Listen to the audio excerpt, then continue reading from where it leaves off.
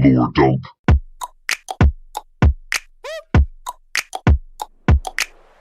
Hello, and welcome Hey. to Lore Dump, the show where I walk a friend through a game or game franchise. A very exhausted friend. Which they haven't played.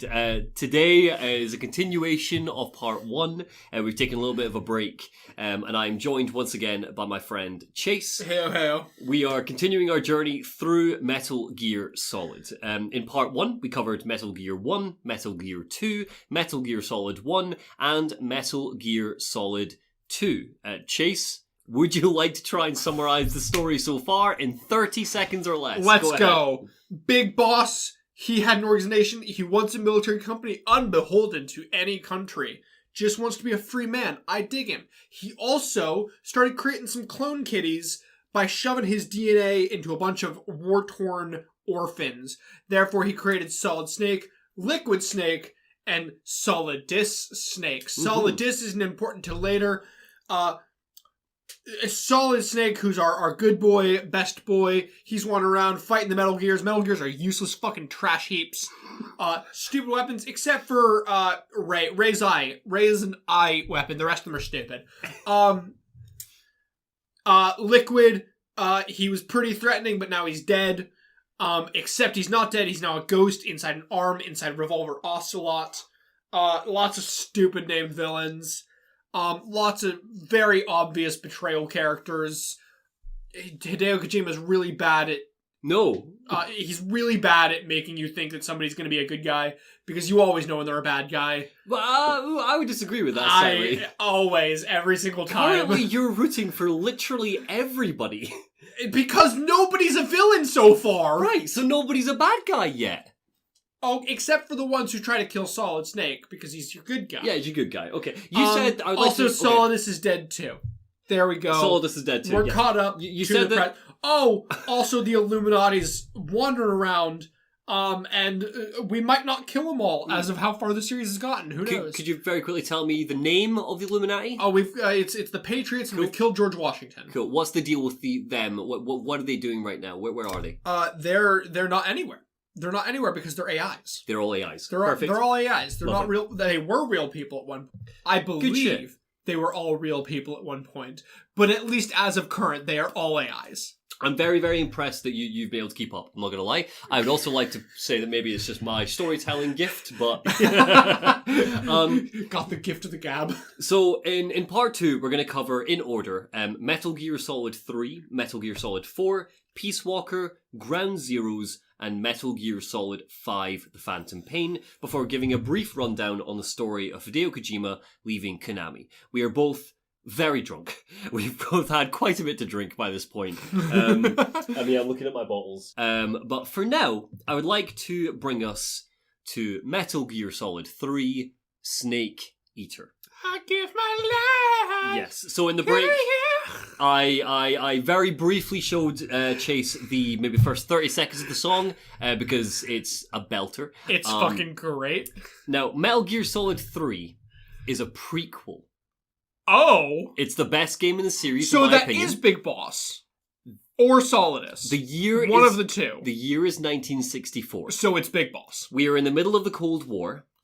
Now, before Foxhound, there was just Fox, a special forces group under the control of the United States government. That logo looks really familiar. You probably saw it quite a lot during some marketing, which I will not discuss right now. Probably. Our team is led by this guy, Major Zero. Okay? That scar looks very familiar. And I can't tell if that's just because so many villains in video games have scars, or if that's because it's a character that I'm meant to know. Oh, he's not a villain. He's like our Roy Campbell as well. It's just a scar. Oh, I don't think he's a villain. Yeah, I'm just thinking. grizzled. I'm just questioning whether he's probably not. He's probably nobody. Now, Unless he is. We play as Naked Snake, voiced by David Hayter. Once again. So, first of all, David Hayter's getting his fucking money's worth. Oh, he is. Yeah, Two, he is. Naked Snake? Naked Snake. That's his name. Codename Naked Snake. I clearly see clothes on him. Mm-hmm. So, even though it's 1964, we're playing as Snake. Now, despite being voiced by David Hayter and looking identical to Solid Snake, this is not, Well, in fact, I don't the actually same think, character. I don't actually think he looks that much like Solid Snake, shockingly enough. What? He looks, it's the same model. His facial structure, like he's got a wider face, he's got less angular features. Okay. He looks middle-aged to any of the times that we've seen him otherwise. I don't think that he looks... Well, see, that... The big issue is Plink skin.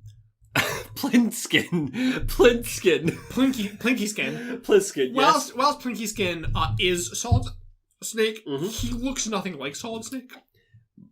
What? No, what? He looks like a really bad cosplayer. They're the same person. I'm aware he's the same person. That'd be like me wearing sunglasses and you go, you don't look anything like Monty. I mean, do you? Maybe you're just a bad cosplayer of yourself. Well, right, okay, so basically, very important to understand, you're called Naked Snake in this game. Why? However, you are not playing as Solid Snake. They're not the same person. I would assume so, seeing as how he was a rookie in the 90s. Yes. And this is the 60s. Despite being voiced by the exact same actor and looking the exact same. This game doesn't explicitly tell us this until the very end, but to keep things nice and simple, I'm going to tell you now, we are actually playing as Big Boss before he went off to found Outer Heaven. So, exactly what I said 2 minutes ago. This is the story of how Big Boss became Big Boss. Okay. Right? However, I think that this is why, I remember saying this in the last one, I think this is why I think that I thought at one point that Snake was Big Boss. Yeah. I think this is probably why. So, just to make things more complicated, Fox has another member, the Boss. She is essentially our mentor, has taught us everything we know, and is just a total fucking absolute badass. She kicks loads of ass, and she's the one person in the world that Big Boss / Naked Snake, and I'll be calling him Snake from this point on, cares most about. I can't tell if it's just because long blonde hair triggers me now. Mm-hmm. Why am I getting vibes of Liquid Snake? No, okay, I'm going to tell you right now. I think, she's not got anything to do with I absolutely Liquid Snake. think that I'm reaching here. I think that it's just that long blonde hair in this series specifically has just set me off. Every blonde character is Liquid. Actually, I mean, Revolver Ocelot, Liquid Snake, exactly. Miller. Yeah, okay. No, she's got nothing to do with Snake. All of the long blonde-haired characters so far are baddies. So I'm not exactly rooting for her right now. No, she's great. And no, she is absolutely like the fucking best. I will let time tell that. Right, well, see, she is, the most important thing to know about her, right, is that she is the one person in the world that we care most about, right? Naked Snake admires her big time, thinks she's the fucking best. She is super cool, for example. You learn that at one point in the past, she helped in the D-Day landings. She did this while pregnant. And ended up giving birth on one of the beaches. So she's fucking nuts and a proper badass. First of all, what the holy fuck? Second of all, she looks like she's maybe in her 30s here. So this is yeah, I would say, yeah, like mid to late 30s. D-Day was what, 42? 41? Yeah, she was a young woman. But she's been a badass soldier her whole life, yeah. Okay, she gave birth very young then. Sure, yeah. Fair enough, okay. Yeah, proper badass, proper hard ass. How much you want to bet that she gave birth to Liquid Snake? She didn't. I don't believe you. You find out who she gave birth to, and it's not Liquid Snake. It's either Liquid or it's Solid, or it's Solid. It's one of the three. It's one of the three, and I can guarantee it.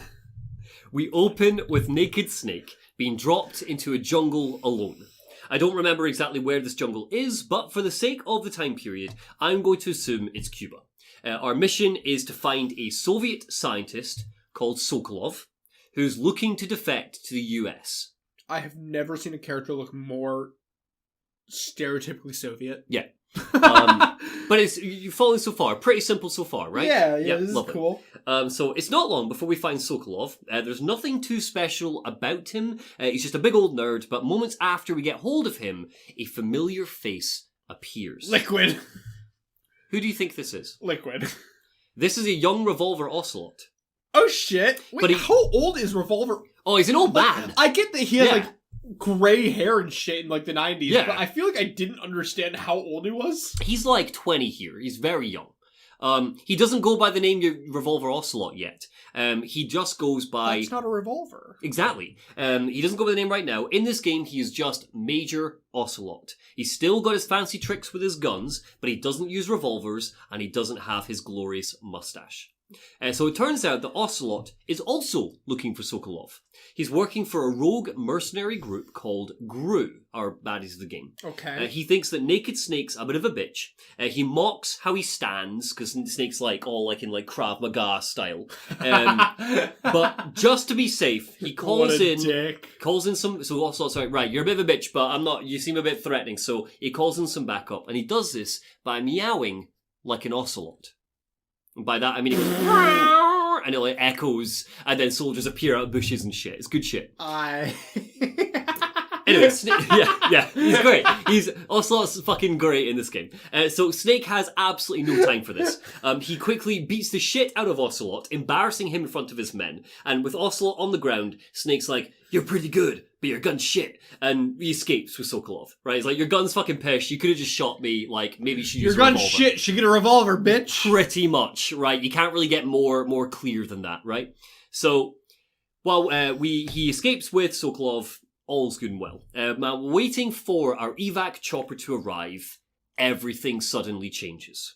First of all, Sokolov points out a massive hulking mech in the distance. This is the Shagohod. It's basically this game's Metal Gear, but don't call it a Metal Gear. People might get mad in the comments. However, it can do everything a Metal Gear can do. It just looks like a tank. Yeah. It's basically the Metal Gear before Metal Gears. It can walk on land, it can fire nukes. It's almost complete, but the baddies need Sokolov to finish building it, right? But wait, that's not all. Suddenly, this guy appears. Who the fuck? He's the Fear. That's his name. The Fear? The Fear. He's one of our many wacky bosses we will need to fight later. Metal Gear Solid 3 has the best boss fights in the series by a country mile. The Fear's deal is he has a super long tongue, is a master of camouflage, and jumps about trees like a spider. There's a bit where he jumps and he's facing Snake and he's like attached to a tree with his arms and legs behind him, and then he climbs up it behind him. He's really horrible. He's really horrible. That at one point. I feel like that sounds really familiar. Yep. Now, alongside the Fear, he's part of the Cobra unit. So alongside the Fear, we also have the Fury. Every inch of his body is burnt to a crisp, so he now wears a fireproof cosmonaut suit and fights with a flamethrower. We also have the Pain, a 2-meter tall giant who can summon and control large swarms of hornets. The Sorrow, ex-husband of the boss and communicator with the dead. Yeah, ex-husband of the boss, the blonde woman. And finally, the End, an old man with a sniper. Who has a parrot, but that's whatever. Yeah, so he's no man with a sniper. Together they form the Cobra unit. Now, but wait, that's not all. The boss suddenly arrives in this jungle. We weren't on this mission after all. But wait, that's not all. It turns out the boss is actually defecting to the Soviet Union. She's a fucking traitor. But wait, that's not all. Out of the shadows steps this guy, Colonel Volgin. He can shoot electricity out of his body. He is the leader of GRU, Ocelot, the Cobra unit, and he is our big bad. He is... Okay. He's a piece of shit. He is by far the evilest villain of the entire series. The guy is he's a fucking sadist. He's just evil. The boss the boss is now working for him. She's given him some nuclear warheads from the US as proof that she's defecting. So now because you can just casually just grab a couple of those off the shelf, your local military storehouse, just grab a couple off the shelf and bring them over. Yep. She's given him some nuclear warheads. Now Volgin has a Metal Gear in the Shagohod. And he has the scientist... Don't call it Metal Gear. Yep. Don't call it Metal Gear, yeah. The scientist Sokolov to finish building it. And now he has a bunch of nukes that he can load it up with, which have the United States of America, fucking plastered on them. But if they explode, nobody's going to see that. True. I think there's a way to track it, but I don't really know. I might be wrong. So with the boss's betrayal, Naked Snake's heart breaks. His duty to his country comes first and foremost. So he tries to fight the boss, but she just beats the shit out of him on this bridge because she's the master. Fucking rip. She breaks his arm and throws him off a bridge into a river below, where he's swept away. Meanwhile, Ocelot meets up with Volgin, and they jump onto a helicopter together, starting to head back to base. Volgin starts, I'm fucking creaming himself at the thought of launching all those fucking nukes. He's like, I'm just gonna, oh my god, everyone's gonna die, oh my god, blood, yeah, he's having the best old time. So he loads one up onto What is up with his mouth? He's all burnt away because is he like a cyborg? No, it's just from him controlling. He's got the power to control electricity. I don't remember his face why. looks like metal. Yeah, no, it's meant to just be like burns from electricity. Okay. It's from like when it might have like, spasmed out and hit him and stuff. Okay. So he's like, so I just can't fucking wait. I want to launch these nukes now. So he picks up a rocket launcher or a missile launcher and loads one of the nukes into it and decides to just blast it out of the helicopter for the lols. When it explodes and kills a bunch of Gru soldiers, Ocelot is fucking raging. And he tries to stop him. At the end of the day, Ocelot's like, look, I didn't fucking sign up for this. I don't want to nuke some of my men. But Volgin just decks him and knocks him out. He's like, you're a little bitch. Fuck you. Cut to our Bond theme. Our Bond theme. Which I have shown you. Yeah, I've shown you 30 seconds of in the break. So Metal Gear Solid embraces James Bond more than any other game in the franchise, Snake Eater rather, to the point where it even has a sexy musical number after the opening. The song is called Snake Eater. It's an absolute bop, and the lyrics include, crime is the way I'll fly to you, and someday you go through the rain, someday you feed on a tree frog. What? That's some of the lyrics. Someday you feed on a tree frog. What does that mean? It's a snake, innit?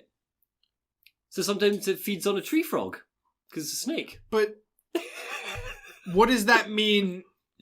It's a snake eater, though. They're eating the snake. Well, whatever eats a snake apparently also eats tree frogs. What does this mean in the context of, I'm assuming, naked snake? No, you're about to find out why the game's called Snake Eater. Because naked snake gets eaten. So, basically, because the boss defected and Volgin shot a nuke, the US and Russia are about to jump into World War III. In order to stop this, Naked Snake is sent out to a different Soviet jungle, not Cuba, somewhere else, on Operation Snake Eater. Right? So the game is named after the operation. Mm-hmm. His objectives are very simple. Infiltrate Volgin's base, rescue the scientist Sokolov, destroy the Shagohod, sort of Metal Gear, not Metal Gear, and finally terminate the boss for her treachery. So he needs to go in and kill his old master and Volgin and stop their operation. Anyway, Snake's in the jungle for like 5 minutes before the boss finds him again. She arrives on this gorgeous, iconic white horse, beats the crap out of him again, and tells him to stay away.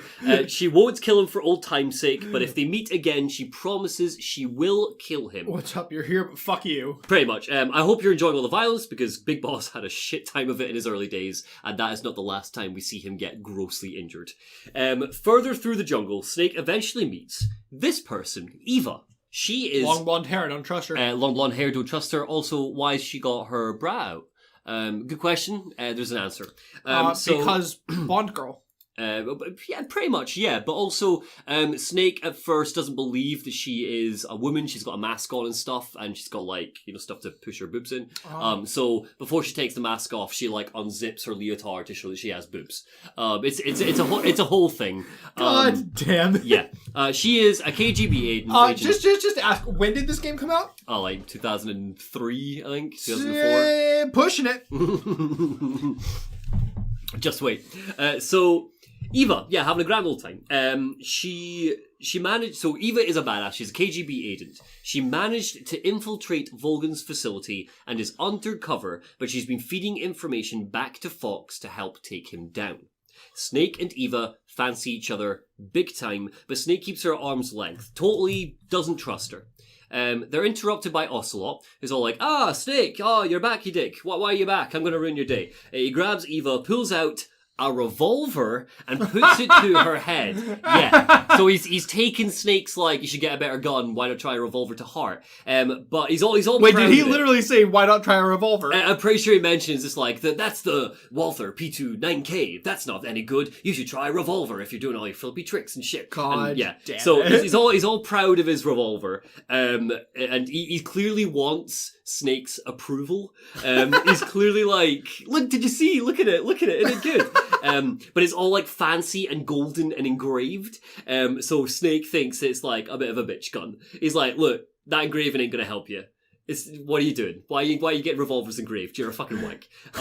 He clearly finds Ocelot very funny. Like he's not like he doesn't dislike him. Like Ocelot's like, you're the legendary Snake. Like I want to fucking get your approval. And Snake's like, you're kind of cute. Doesn't really dislike him, just like his banner. Anyway, Eva flips Ocelot over and he runs away all embarrassed and annoyed.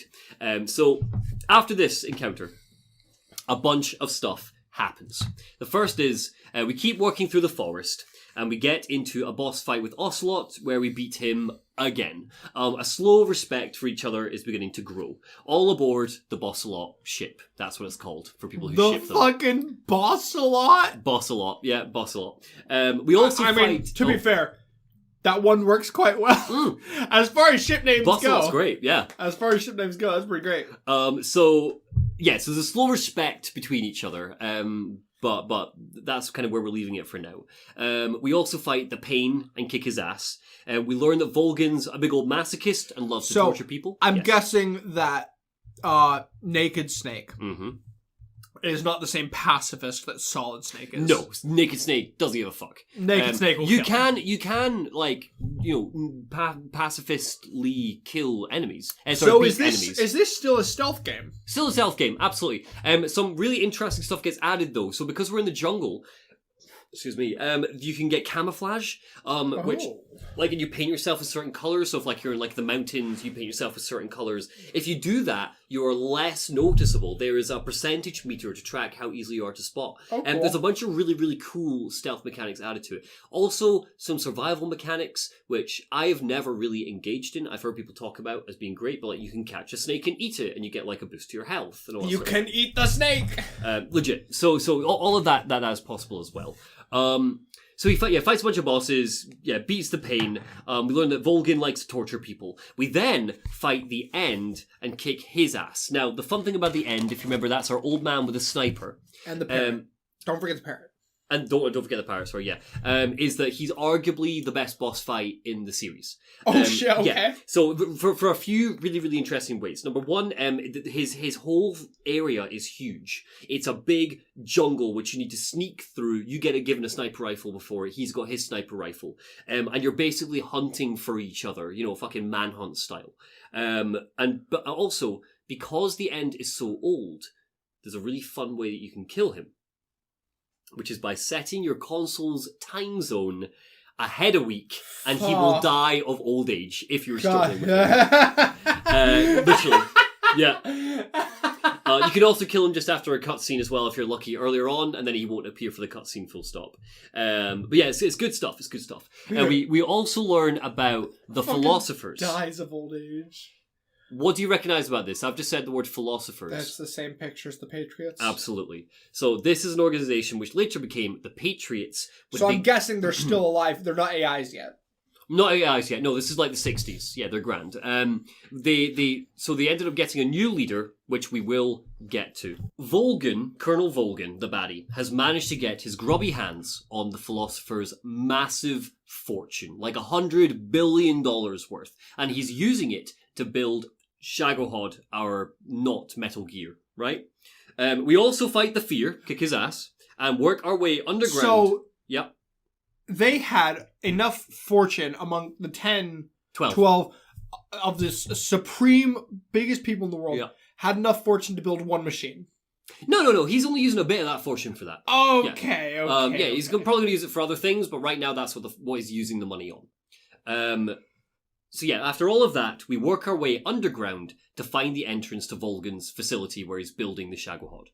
Now, in order to get into the facility, we need to climb the tallest ladder in all of video games. That's real. That is a award that the game has won. It takes us the entire song of Snake Eater to climb it, which we know because the entire song plays while we climb the ladder. It is fucking epic. It's so good. Yeah, and it's like a cappella too, so it's like the vocals with none of the instrumentation. Oh, and it like echoes. That's so stupid. Oh, it's great. But in the best way. So Snake and Eva are reunited inside the facility, and she tells us which lab Sokolov is being kept in. She tries to seduce Snake, but he's having none of it. To access this lab, we need to look out for this guy, Colonel Raykov. He looks really familiar. Why do you think he looks familiar? God, it's fucking our name, not Snake. Mr. VR Boy, Gamer Boy. Raiden, yeah. Raiden, that's the one. Raykov is one of Volgan's lovers. Volgan is bisexual. Oh, we love it. Yeah, we love it. However, Kojima does have a bit of a tendency to make all of his baddies bisexual, which is a bit interesting. But it is what it is. Yeah. And for reasons never explained, he looks just like Raiden from Metal Gear Solid 2. Never explained. There's no relation. Just is what it is, right? It's just honestly, it's just a wee gimmick, Very wee nice, shout-out. good job. We knock him out, steal his clothes, and find Sokolov. Unfortunately, we steal his clothes. we steal his clothes. So he's the naked Snake now. Ah, very good. Oh. We steal his clothes, and most importantly of all, Snake steals like this like decoy Optimus type style disguise, so he looks just like Raykov. He's basically wearing like a Raykov mask, right? Okay, it's all explained sure. through tech and stuff. I don't remember the exact explanation, but we look like Raykov. But we get there too late. Sokolov has finished building the Shagohod and it's now operational, so we're going to need to blow up the whole facility in order to stop Volgan from mass producing it. That is when Volgan and the boss appear. He is immediately suspicious of Snake, who is dressed up as Raykov, and in order to confirm his identity, Volgan grabs Snake's dick to check the size of it. Excuse. Yep. Oh, because he's his lover. What? And immediately from feeling it, he knows that this is not Raykov and knocks Snake out. This is literally what the scene looks like. On one hand, genius and hysterical. On the other hand, what in the sweet fuck? We awaken in a torture chamber. I can't tell whether I should be offended or not by that. I think that's fine. Myself, a queer person. But it's good, right? I can't tell if I should be offended or not, but I'm just going to leave it on. I'm very amused. Cool, I'll take it. So we awaken in a torture chamber, surrounded by Volgan, the boss, Ocelot, and Eva, who is undercover still. Volgan kills Sokolov by electrocuting him to death, so our scientist is now dead, and then starts torturing Snake. Wait, so how is he going to mass produce it then? Sokolov has finished the plans or whatever, and now he's got other engineers who just can follow a fucking how-to guide. You know, It's fine. It's like building IKEA furniture, isn't it? Building a So again, Monty and Chase make a Metal Gear Patreon special. So he starts torturing Snake. Again, it's very clear that Volgan's getting a real fucking kick out of this. He loves torturing people. It's his fucking jam. Volgan, after torturing us and electrocuting Snake, orders the boss to cut out Naked Snake's eye to prove she is on Volgan's side. This is your final proof. So the boss takes a step forward, gets her dagger out, and just as she's about to do it, Eva tries to stop her. Ocelot then gets involved, and in the ruckus, his revolver goes off and shoots out Naked Snake's eye, which is why when we become Big Boss, he has an eye patch. Through a misfire of Ocelot's revolver. GG, Ocelot. And it's later discussed that the misfire happens purely because it's a revolver. I think it's like he gets the revolver without a safety on or some shit. So Snake, through giving him advice, inadvertently gets his own eye shot out. So there you go. So they leave. So good. Volgan's chuffed. Big Boss is like, look, I didn't cut out his eye, but fucking Ocelot did, and I don't care. And Volgan's like, yeah, cool. Honestly, I trust you. I just wanted to see someone take out his fucking eye because I'm a psychopath. So they all leave. Snake manages to escape from the torture chamber, and he heads off to destroy the Shagohod.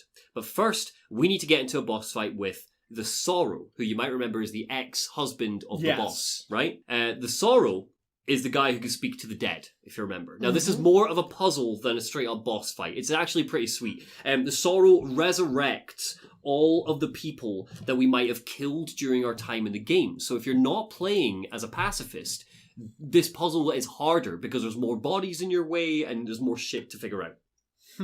If you play pacifist and you tranquilize people or just knock them out, the puzzle's actually super easy. And through the whole time, the Sorrow is basically like, you're destined to become like a bloodthirsty warrior, etc., etc. His dialogue changes depending on the situation. He's either like, you will soon turn, or it's like, look, you've already turned. Look at the people you've killed. Which is great. It's good fun. We defeat him and eventually place bombs on all the fuel tanks within Volgan's facility. And just as we are about to arm them and blow all to Kingdom Come, we overhear Volgan torturing Eva. It turns out that the real reason she was undercover was so she could steal the chip which has the Philosopher's Fortune on it. Volgan... Wait. Yeah? Wait. Yeah. It's not a chest of gold. It's digital. So, they got fucking Bitcoin then.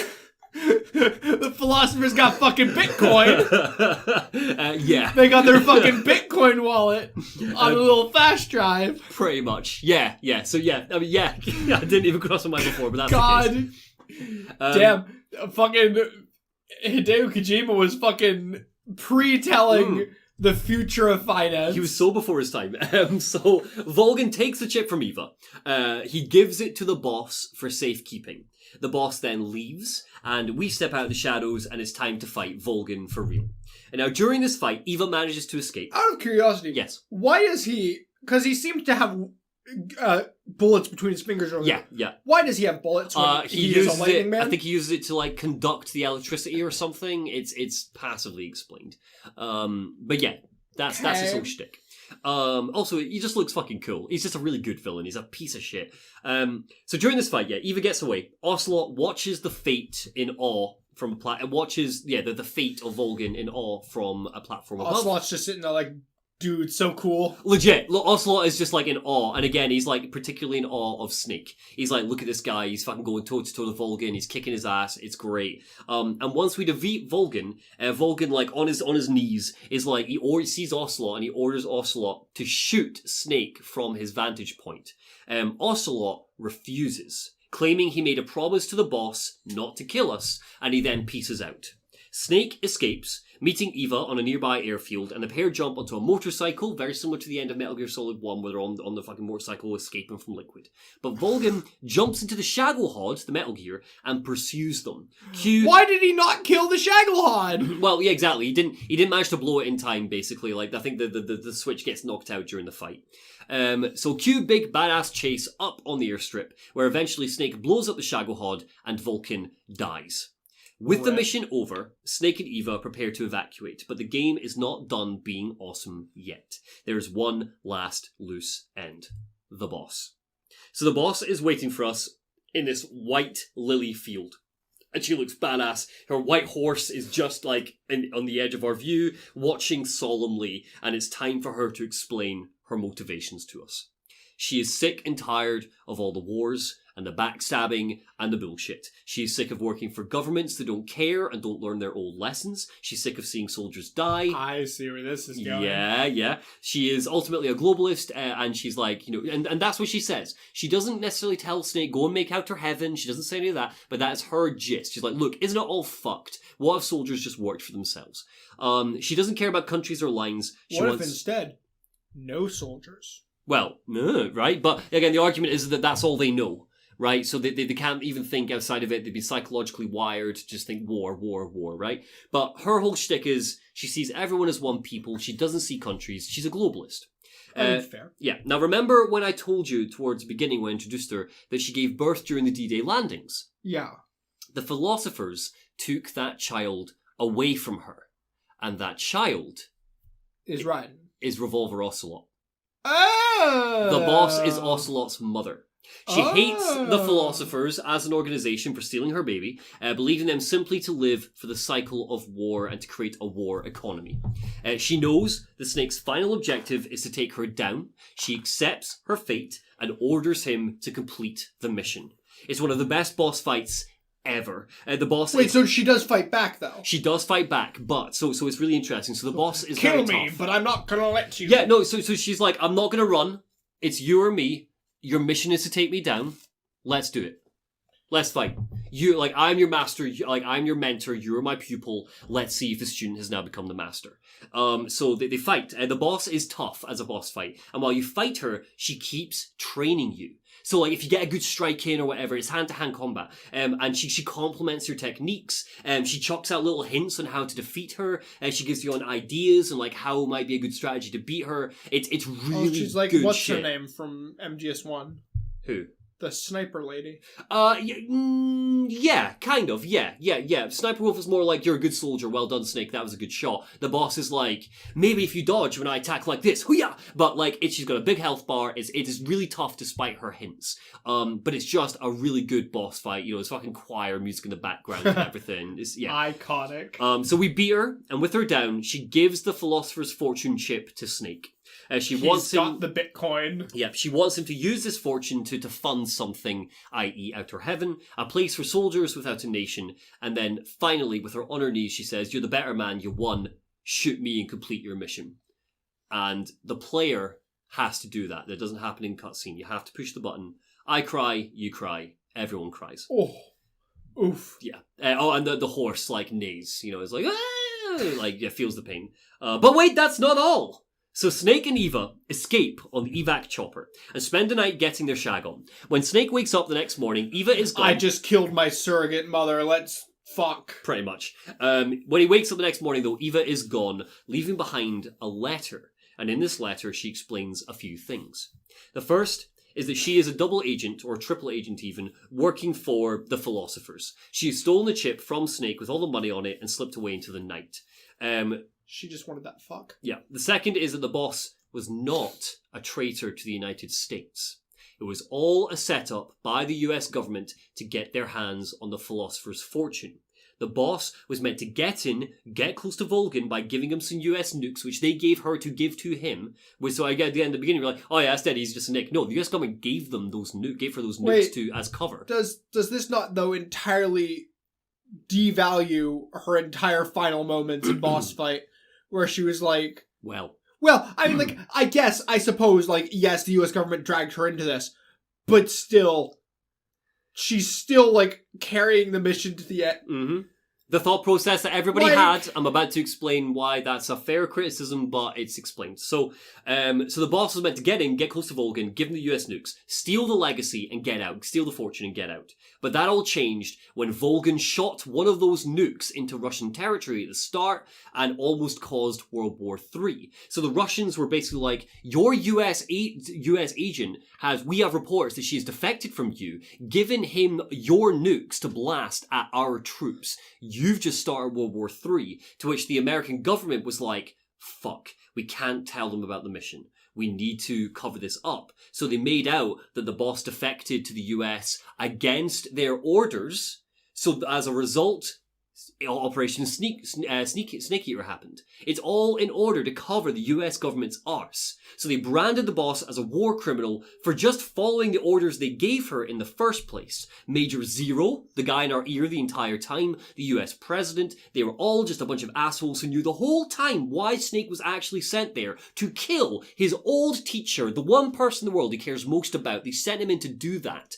And they didn't tell him. The boss understood exactly what was happening when she saw that Snake had dropped into the jungle, and never told him, because she understood that her death would save the world from nuclear war. Oh, that's big sad, actually. Right? That's right? Okay, that one's quite good. Good, right? All right, right? Kojima, you get 1 point from me. This is like the biggest tragedy of the entire series. Everybody points to this, and this is why it's one of my favorite games. You get 1 point from me, Kojima. So later, we're like in the epilogue now. The president invites Snake to come to the president's office, and he tells him, you are now Big Boss. You've defeated the boss. Your new title is Big Boss. And he tries to shake Snake's hand, and Snake refuses. It's very clear that he's super pissed now that he understands everything that they did to the boss. He's been betrayed by the president, his colleagues, Major Zero. He wants fuck all to do with them. The final shot of the game It's him visiting the boss's grave. Oh, laying, I know that yeah, shot. laying white lilies on it from their battle together, saluting it, and a single tear rolls down his cheek. I cry, you cry, everyone cries. Oh, that's big sad. But wait, there's more. In the post-credits scene, we hear the Ocelot making a phone call to the director of the CIA. It turns out that Eva didn't steal the Philosopher's Fortune from Snake because Ocelot switched them at the last minute. Ocelot's been working for the CIA all along. Jesus, okay. Which means that when all is said and done, the US government, the bastards, actually succeeded. They got the Philosopher's Fortune. See, I'd love to say this sounds convoluted, but this sounds like exactly what the US military would do. Absolutely. Yeah. So... Yeah, totally fair. Absolutely. Wait, so then why do they still have any power when they... One, why did they become the Patriots? Why did they change their name? That's stupid. Mm-hmm. Two, how do they still have any power? Questions that everybody else asked at the end of Metal Gear Solid 3. Questions that Kojima heard, and questions that Kojima went, okay, I guess I'll make another Metal Gear game then. So MGS4 explains that then? Part of it. Yeah, pretty much. Okay, yeah. Fair enough. So that is the end of Metal Gear Solid 3, the best Metal Gear Solid game in my opinion, by a country mile. It's good shit. Cool. This brings us to Metal Gear Solid 4, Guns of the Patriots. Oh, I like that artwork. Mm-hmm. That's good artwork. Again, the artwork is always really, really cool. Do you recognize the two characters that we're seeing? Who do you think we're seeing? Fuck. Guy on the right, I'm assuming, is... Oh, wait, you did mention earlier that Solid Snake gets a mustache first. So I'm guessing that's Solid Snake. Cool. Guy on the left, as a result, I'm assuming is Ocelot. Cool. But looks like about 12 characters in this series all conglomerated together. Totally fair, yeah. And this is black and white, and they're merging into each other. But yeah, I love this art style. You're absolutely correct. Yes, that's Solid Snake and Ocelot. So when does Ocelot become a baddie? I'm assuming he goes to work for Big Boss after the events of 3, but... We're leaving the Cold War behind and racing straight back into present day. Metal Gear Solid 4 is a hefty game and had a lot riding on it. This was advertised as the conclusion to the Metal Gear Solid franchise, and it serves as a farewell to Solid Snake. This is the last game where we will play as him in the franchise. I don't believe you. No, I'm telling you this right now. We do not see him after this. You've said that 3 times. I know. And when have I been wrong so far? Every time! So there are 9 hours of cutscenes, not including the codec calls. My kind of game. It is most well known for holding the Guinness World Record for longest video game cutscene, clocking in at 1 hour and 11 minutes. Holy shit. And I remember this very well personally from when I played it, because at the time I was working in a bar, I was playing Metal Gear Solid 4, and I hit that cutscene, and my mentality just before the cutscene was, right, I'm just going to get to the end of this mission, and then I'll go to work. Oh, and no! Yeah, and it was. And let me tell you. The worst timing. I was 1 hour late for work that day. So, yes. The fact that you, though... stuck for the game comes because first. It's 71 minutes of answers. That's the thing. It's 71 minutes of let me just fucking lay everything out for you and explain what the fuck's going on. And I was like, right. So anyway, so the year is 2014.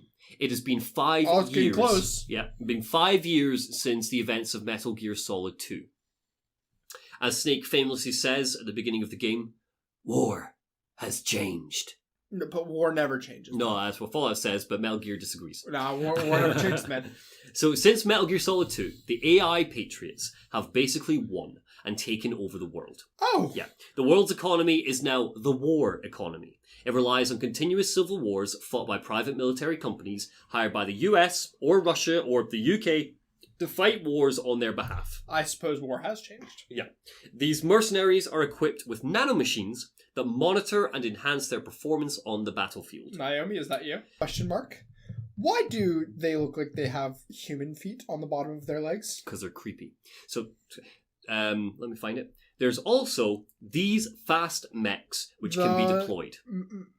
Metal Gears question mark? No, these are not Metal Gears. They are just mechs. They are called geckos. So we've evolved past the point where we need to call every mech a Metal Gear. Pretty much, yeah.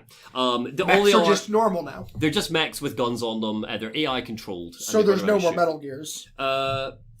Pretty much. So the series name is stupid. No. No. Not every game needs a Metal Gear. And honestly, the sooner Then that why someone... is the series called it? Well, because the sooner that somebody told Kojima, look, Kojima, not every Metal Gear Solid game needs a fucking Metal Gear by this point. We're on the 4th entry. I think he was like, yeah, you're right. Then why did he not call it Metal Gear Snake or something? Like Metal Snake. Because this is the end of, like, the Metal Gear Solid story, arguably. Which arguably means it should have the coolest Metal Gear. It does. We'll get there. So... these are geckos. Every private military company has, like, a version of them that they deploy alongside their soldiers. Because, again, like, Ocelot released these fucking blueprints. Everybody's built their own fucking mechs.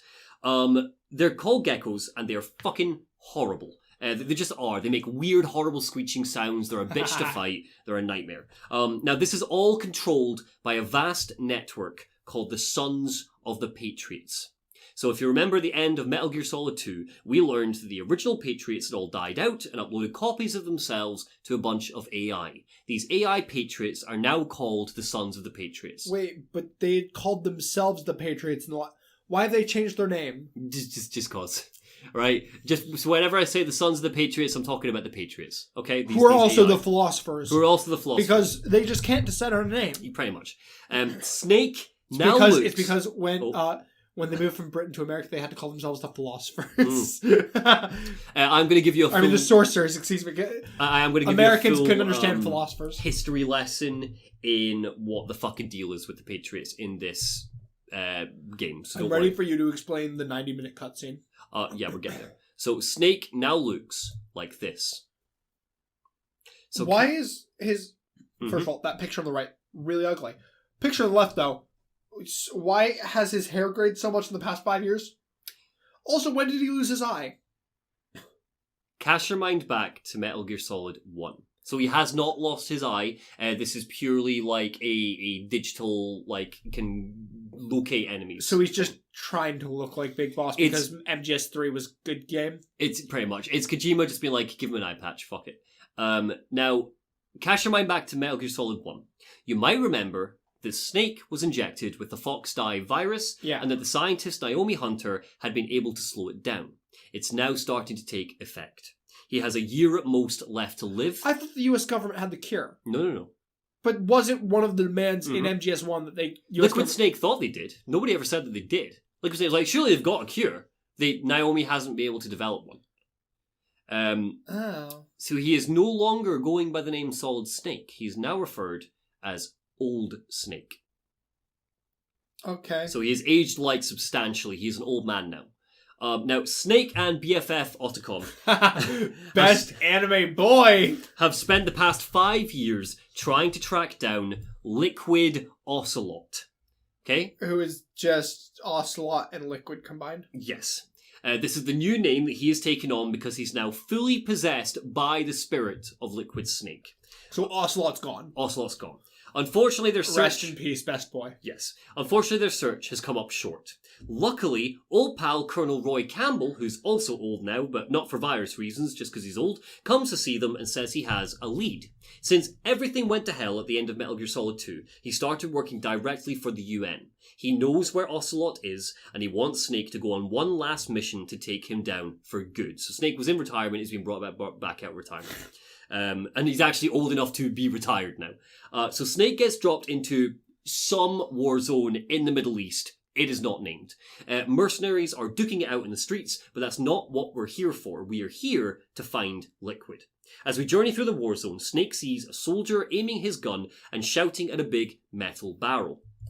This barrel is lifted and underneath is a private military company soldier taking a shit who screams and run away. What's with Kojima and wanting characters to be taking shits while Solid comes up to them? This is the same character who's taking a shit when Meryl pointed a gun at him in Metal Gear Solid 1. Well, what happened to Meryl, by the way? We're about to find out. This is important, this guy, and we will come back to him later. Sure. So some cool tactical stealth gameplay later, and Snake infiltrates a torn-up house where inside he meets Meryl. New Meryl. She's alive. Yeah, PS3 Meryl, all done up.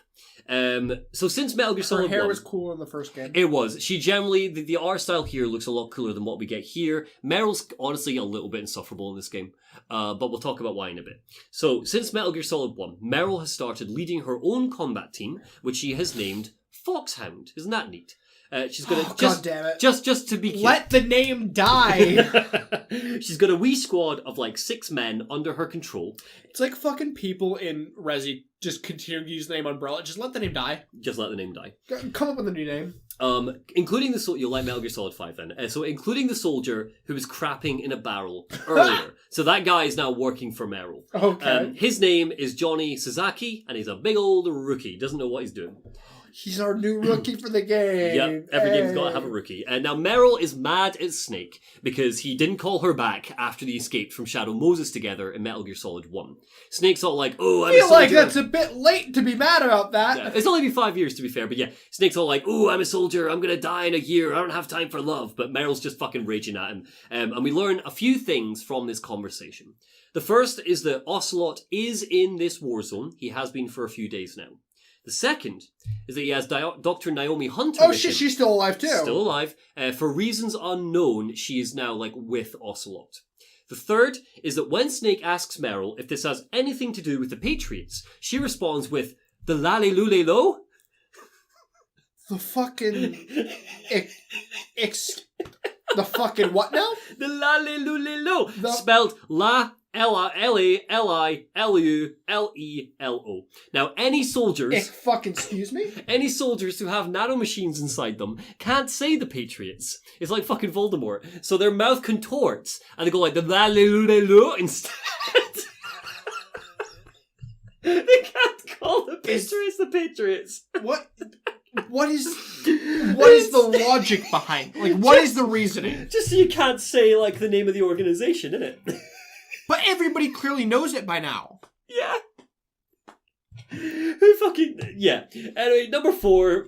Oh, sorry, you still got a point to make. I'm sorry. Yes, sure, you are more than welcome to what the fuck this. Well, no... once more pulling back the curtain, Monty and I watched a cutscene from MGS 2. After I explained MGS 2 to you. After, about a half hour ago. And somebody calls them the Lalelulelo in that cutscene. Yeah. So did they have nanobots? So we don't... Probably. Basically, the gist is that...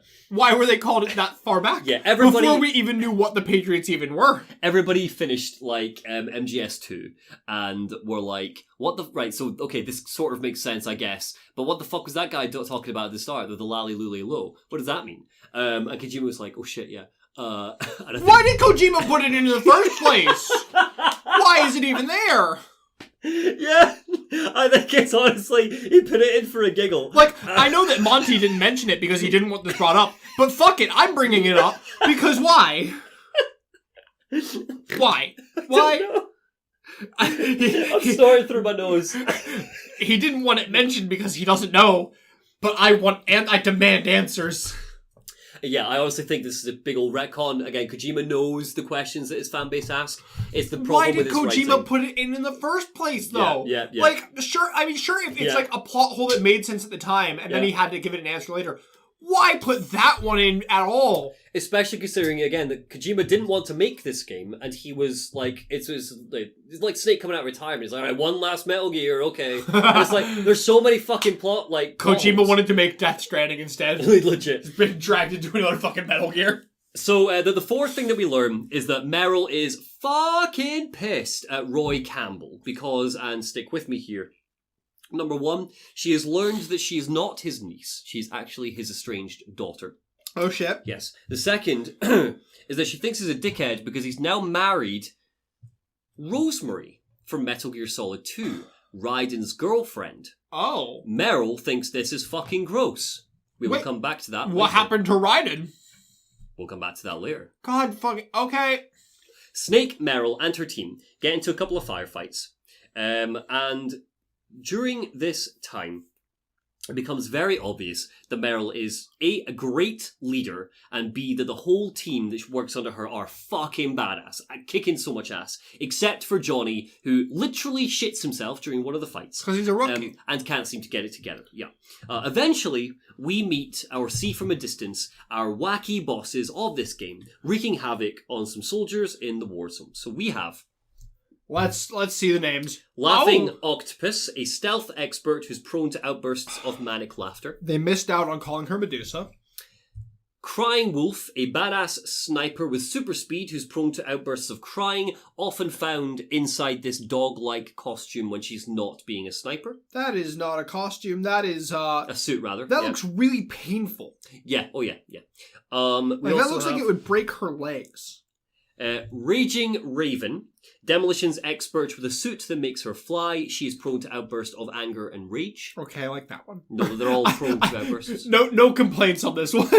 And Screaming Mantis, master of psychic abilities, God. who's prone to outbursts of screaming. Fuck it, this is a time to fucking plug it into player 2 again. So what you'll notice is that we have like another octopus, decoy octopus, another wolf, like Sniper Wolf, another raven, like Vulcan Raven, and another mantis, like Psycho Mantis. I'm gonna be honest, I only noticed that with the last one because Psycho Mantis is fucking stupid. Oh, absolutely, but also great. Psycho Mantis is the one that you really remember. So, so we'll come back to that. They are all female, they work for Ocelot, and they make up a team called the Beauty and Beast Unit. It's good stuff. Okay. They all independently suffer from PTSD. They've been through some absolute and shit. So Ocelot shoves them into more war. And the Beauty and Beast Unit have essentially come out embracing violence as a means to overcome that trauma. Something, trauma of war, something theme. Right? I don't agree, but okay. Sure. Oh, no, it's not necessarily a good thing. This isn't meant to be a healthy thing for them to do. It's just, this is like, they are soldiers and they are unable to remove themselves from that mindset. There is no support to help. I'm also, and this is a stupid complaint, I'm really bothered by the fact that Psycho Mantis Part 2 has 4 arms on her right side and 3 arms on her left. What are you talking about? Look, she's got 1 arm, 2 arm, 3 arm, 1 arm, 2 arm, 3 arm, 4 arm. Oh, I've never noticed that before. Well, that is a I only noticed it. No, mate, you're missing that one.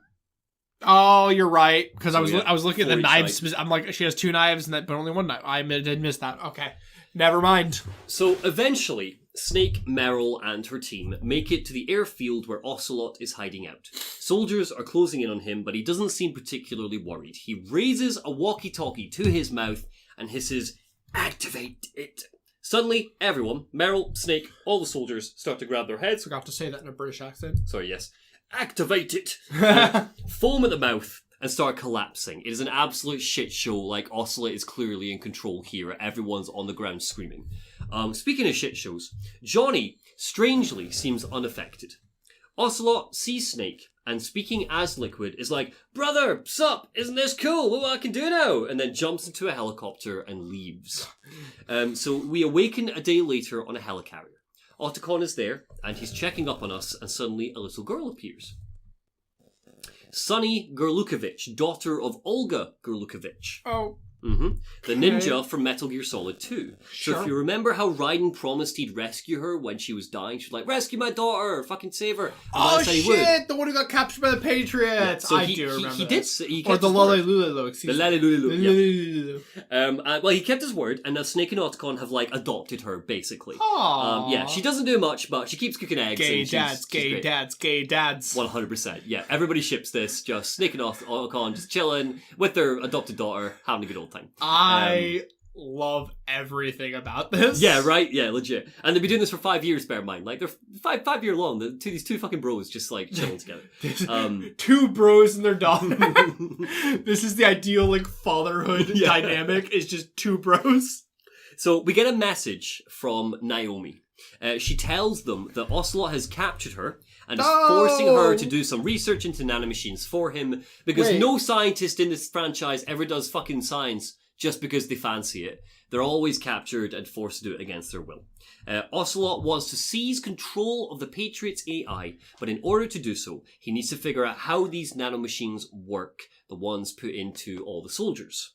Based on what just happened in the Middle East, it looks like he's pretty close. End of Act 1. There are 5 acts. Are you... What? Metal Gear Solid 4 is a long game, bro. Excuse me? Snake follows a tip in Act 2 from Naomi and heads off to South America, where he quickly spots Laughing Octopus, who's wearing his face, Solid Snake's face, Old Snake's face. It's horrible. It's good shit. It's really fucking... just because she can. Same way Decoy Octopus could. You know, he could like fucking use tech to... Yeah. So, yeah. And also, she is joined by Vamp. Yeah, he's back, baby! Vamp is working with the Beauty and Beast unit, tasked with hunting down Snake. Working our way up to a complex where we think Naomi's being held prisoner, Snake suddenly starts to getting weird calls on his codec, warning us of upcoming traps. Oh, he's still got a codec. Oh, yeah. Giving us helpful hints, etc. He and we, the player, very quickly notice that this is clearly the voice of Raiden. Campbell explains to us... He's in his simulations. He's in the simulations. He's got his VR headset on. Campbell explains to us that Raiden dropped off the face of the earth just a few months after he found and rescued Sunny Gerlikovich, the wee girl. He wasn't able to handle the trauma of all that mindfuckery that he went through, so he just fell apart, got really drunk, went out looking for fights at night time, and then one day he just vanished. I mean, fair. Yeah. I don't blame him. So anyway, we find Naomi, and she explains a bit more about what's happening with these nanomachines. Basically, it turns out that the soldiers aren't just genetically strengthened. These new nanomachines' main function is to suppress all of their emotions. Did she make the nanomachines this time? It's never... Yeah, I would say yeah. I think it's a safe assumption to say yes. I can't really confirm that 100%. So why is she now telling us how to beat them? Oh, 'cause she doesn't want them to work. She's been getting forced to do this by like, Ocelot or whatever. Oh, okay. Or it's classic Naomi, where she's fucking... And look, Naomi is very difficult to figure out as far as where her allegiances lie. But regardless, Ocelot has developed some equipment which lets him unlock that suppression that soldiers feel, which is why they collapse. They basically get like sensory overload of all the shit that they can't process on the battlefield. You know, something trauma of war, something theme. You're beginning to see a bit of a consistent through line here. Naomi gets Snake to strip so that she can do a couple of quick tests on him. Nice. And starts to cry when she sees just how old and fucked up his body is. It's really... It's her fucking fault! Yeah, it's her fault, and also it's really grim, and Snake's just standing there like fucking half naked, like... Look, I don't feel good about this either. Hi, please don't cry when you see my penis. I'm very self-conscious. Yeah, like, can you fucking not, please? So yeah, she also learns... But he's still got a real tight ass. He does. See that? Yeah, that's stealth suit looking good. GG Snake. So Naomi also learns from these tests that fox dye in his blood has started to mutate. Not only does Snake have barely 6 months left to live, in 3 months he will become a walking biological weapon which spreads the virus to anybody he comes into contact with. Snake openly says that he plans to kill himself before then. Yeah, dark shit. This is our hero, everybody. Yeah. But why would he be... Is he a bioweapon because he would spread it? Yeah. Okay. Yeah. I thought he would in 3 months, anyone who comes into contact with him will just die. Okay, I thought he was gonna have a weird emotional change and suddenly... No. Okay. No, so he's like, look, I intend to kill myself in 3 months. This ain't much fun. I'm fucking old and it's horrible. I'm just going to finish this mission and then I will die. That's my plan. Which is dark shit, but there you go. And now, before Snake can evacuate Naomi from the base and take her back to the helicarrier, Laughing Octopus arrives. Cue fun wee boss fight where we take her down. Snake takes her camouflage suit after this battle. Reuniting with Naomi, the two are about to leave for good, and then Vamp appears. Snake waits absolutely no fucking time. Straight up sees him, boom, shoots him in the head. Not wasting any fucking time. Vamp iconically states, "I'm gonna take a nap," and falls unconscious. With a big fucking bullet hole in his head. Because he can't die because he's a fucking vampire. A bunch of mechs, soldiers and geckos appear. Everything starts to blow up. Things look bleak. And then suddenly, bam. Raiden appears. He's now full cyborg ninja. Yeah. What? Look at him. Isn't he great? He looks really dumb. He looks great. He looks really fucking dumb. Fucking shite. He looks badass. He looks so shite. Right, well, in action, He's badass. So he absolutely wrecks everything, but Vamp begins to regain consciousness while Raiden's looks like taking out all the soldiers, and eventually he beats the shit out of Raiden. Snake and Naomi manage to rescue Raiden, and everybody escapes South America, but Raiden is in super bad shape and will be out of commission for a while. Before he passes out... Fucking useless. No, he's the reason why he managed to escape. Raiden's fucking he's great. Useless. Before he passes out, Fucking anime boy. He tells Snake that his next step needs to be to go and find, quote, Big Mama. So what? Yep. We need to go and find Big Mama. Why just... Kojima, can you please name people fucking normally? I can't do this much longer, my dude. So... I've been in this fandom for 4 hours, and I'm exhausted. Oh, and also, wait, there's more. Naomi explains that Vamp isn't actually a vampire. He's just got nanomachines which make him behave like one. All of the fun, bullshit, supernatural stuff, the answer is nanomachines. It is the most polarizing part of this game. So, it's Resi in that everything is a T-virus. Pretty much. Also, it's at times like this where I wish that this wasn't just an audio podcast, so our lovely viewers could see how exhausted you are. Like I look at just this bullshit. You've aged 50 years since we did this. I am old Snake.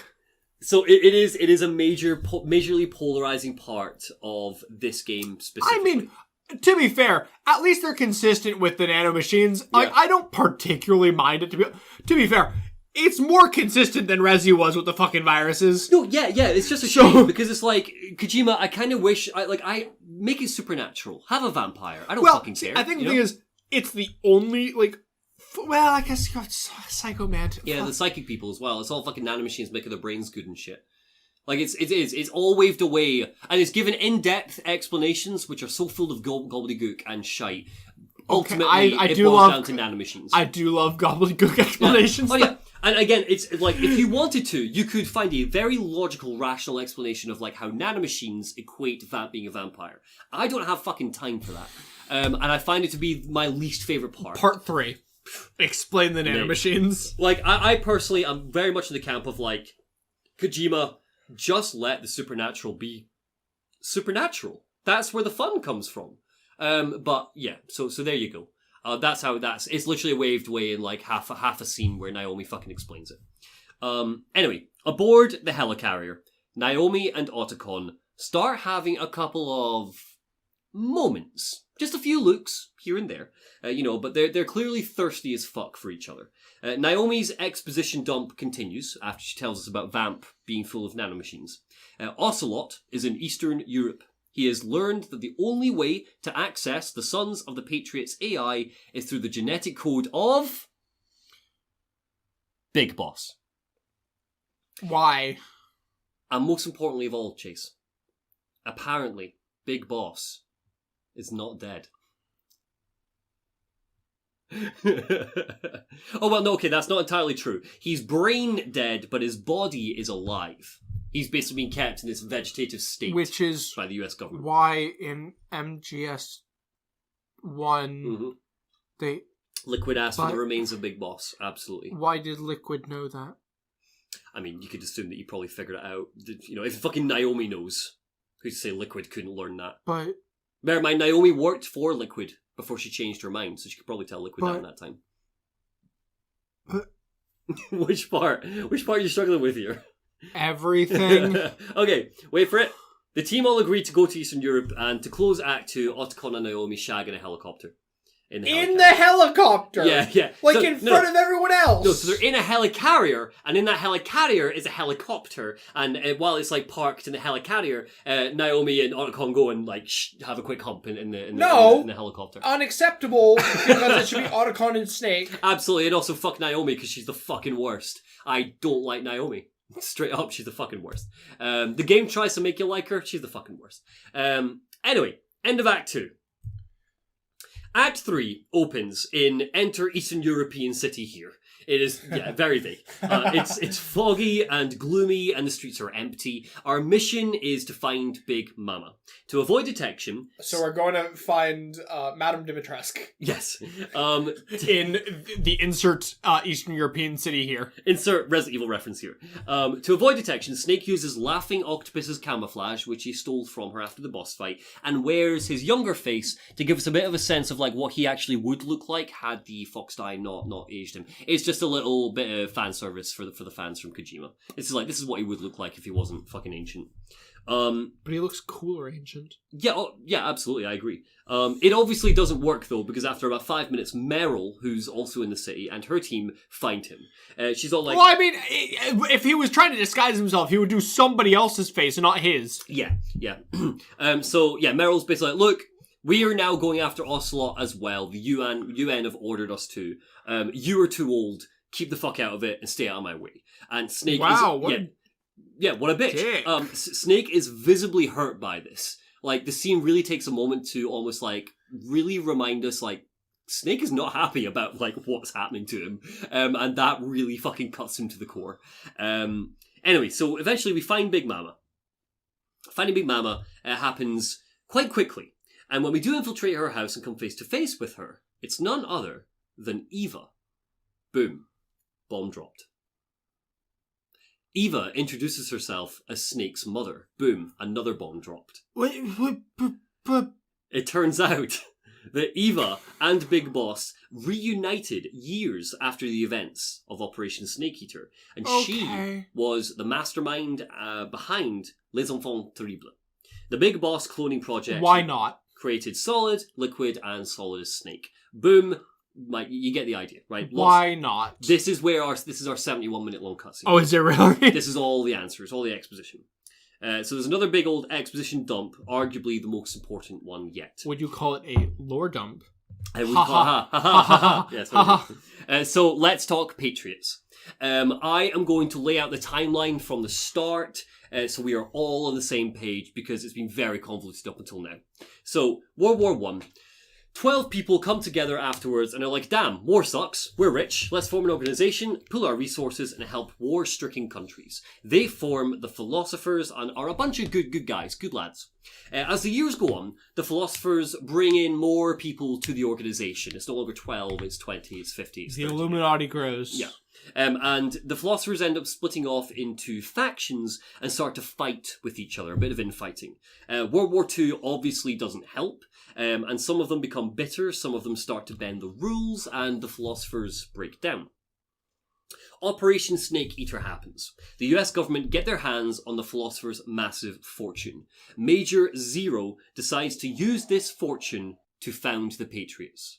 Major Zero is the founder of the Patriots. Wait. The guy in our ear, Metal Gear Solid 3. Oh, wait, the Patriots who are not the so the Patriots aren't the Philosophers are an organisation, got all their money, got all their stuff. Good guys, want to help people after war. World War II happens, they split off and basically disband. Snake Eater happens. Why do they have the same image as the Patriots? Just Kojima confusing us. This is why I've laid this out so it's crystal clear. Okay. So Major Zero has this thing. He's like, right, the Philosophers are no more. Let's form a new organisation with the same sort of ideas, called the Patriots. He works with a bunch of people, but most notably he works with Eva, Ocelot, and a very reluctant Big Boss to form the organisation. Basically, Zero and Big Boss are both like, look, this is what the boss wanted. She wanted a Patriots. She wanted people to not be about their countries and their armies and shit. What she wanted was a home for soldiers. We create the Patriots and we can create that. We can create a world where soldiers are always needed. If Ocelot created the Patriots, why is he against the Patriots? We'll get there. So its goal was to create a world without borders, the Patriots at the time, where knowledge and information could be shared freely like the Philosophers. They wanted to help people. That was the original plan. But as time went on, Major Zero's lust for power turned towards more violent plans to create a world like we see in Metal Gear Solid 4. Big Boss didn't like this, so told Zero to go fuck himself and left with Ocelot to go and form Outer Heaven. So Ocelot and Big Boss became best friends. Like, they worked together after the events of Snake Eater, about 10 years after Snake Eater. They went off and they decided to form Outer Heaven and become a rogue group. Wait. So in MGS4, there is a bunch of military people who work for no country. Yes. Bunch of which PNCs. is exactly what Major Zero wanted. But Big Boss didn't want that. So he went off to create a military that doesn't answer to a country. No. So Big Boss went off to do the exact same thing Major Zero wanted. Not quite. So just on his own. Right. So it's okay. So the almost the running the joke. When I say joke, I mean it's kind of the point. You're almost you're acknowledging the same stuff that Kojima is acknowledging.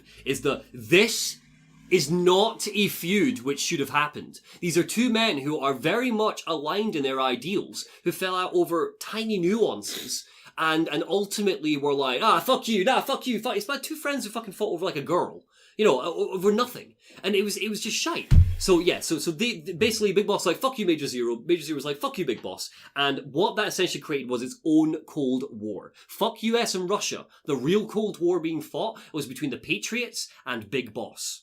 Right? / Ocelot. And that's very much what the game comments on. Big Mama really points it out. It's like, it was a war over nothing. It was a war, it's two men fighting over their own fucking egos. They both could have just joined up and aligned. But that was the way it was. The thing that Big Boss really didn't like was that Major Zero, while they were all together, created Les Enfants Terribles. It was Major Zero's idea to create clones of Big Boss. Big Boss did not fucking like that at all. Wait, so Big Boss wasn't involved in creating his own Not clone? involved. He found out, but he was not happy about it. How did they make clones of him without... Okay, I mean, you can nick his fucking blood in it. It takes 2 seconds. Boom, boom, boom, Eva thought he was on board. Apparently he wasn't. It was a whole thing. So that was another reason why they fell out. It was just two fucking idiots. Just two old men that fell out over very little. But that's the gist. Now, eventually, the Patriots became an empty shell. Zero created 5... I fucking told you he was going to be a baddie, though. Absolutely, yeah. Zero is arguably our big bad. Zero created 5 AIs to run it, and they took over. We've already taken one down, GW. Oh, so there's not 11. It's not 11. It's actually 5. Why is there not 11? Just because, fuck it. Zero made 5 just because, right? Had to make it. So what happened to That's the 11? number. Well, yeah, but it wasn't 11, it was actually 5. That information was wrong, basically. God, fucking... Yeah, but that's what we're told in MGS2, is that there was 12 out there, and it's not. So... This is just Kojima saying, I don't want to make 10 more games after this. Yeah, let's make it I'll nice make and 4 more. So we have met and destroyed one of these 5 AIs already in MGS2, GW. It turns out that one of the AIs, we've got 4 left, one of the AIs remaining, known as John Doe, not the president's name, John Doe, is like the core of the Patriot system, and that's what Liquid Ocelot is after. It's basically like this John Doe AI is like the boss of all the other AIs. It's like all feeds into John Doe. Right? Okay. Yeah, are you up to date? That's everything I can tell you about the Patriots at this point. I'm overwhelmed, but caught up. Cool. Pretty much like everybody else. Eva has Big Boss's body. She shows it to Snake. It's not good. It's not in good shape. It's muscle and bone. You can't even tell it's Big Boss. Like it is, but you can't even tell it's Big Boss. It's in a bag. It's horrible.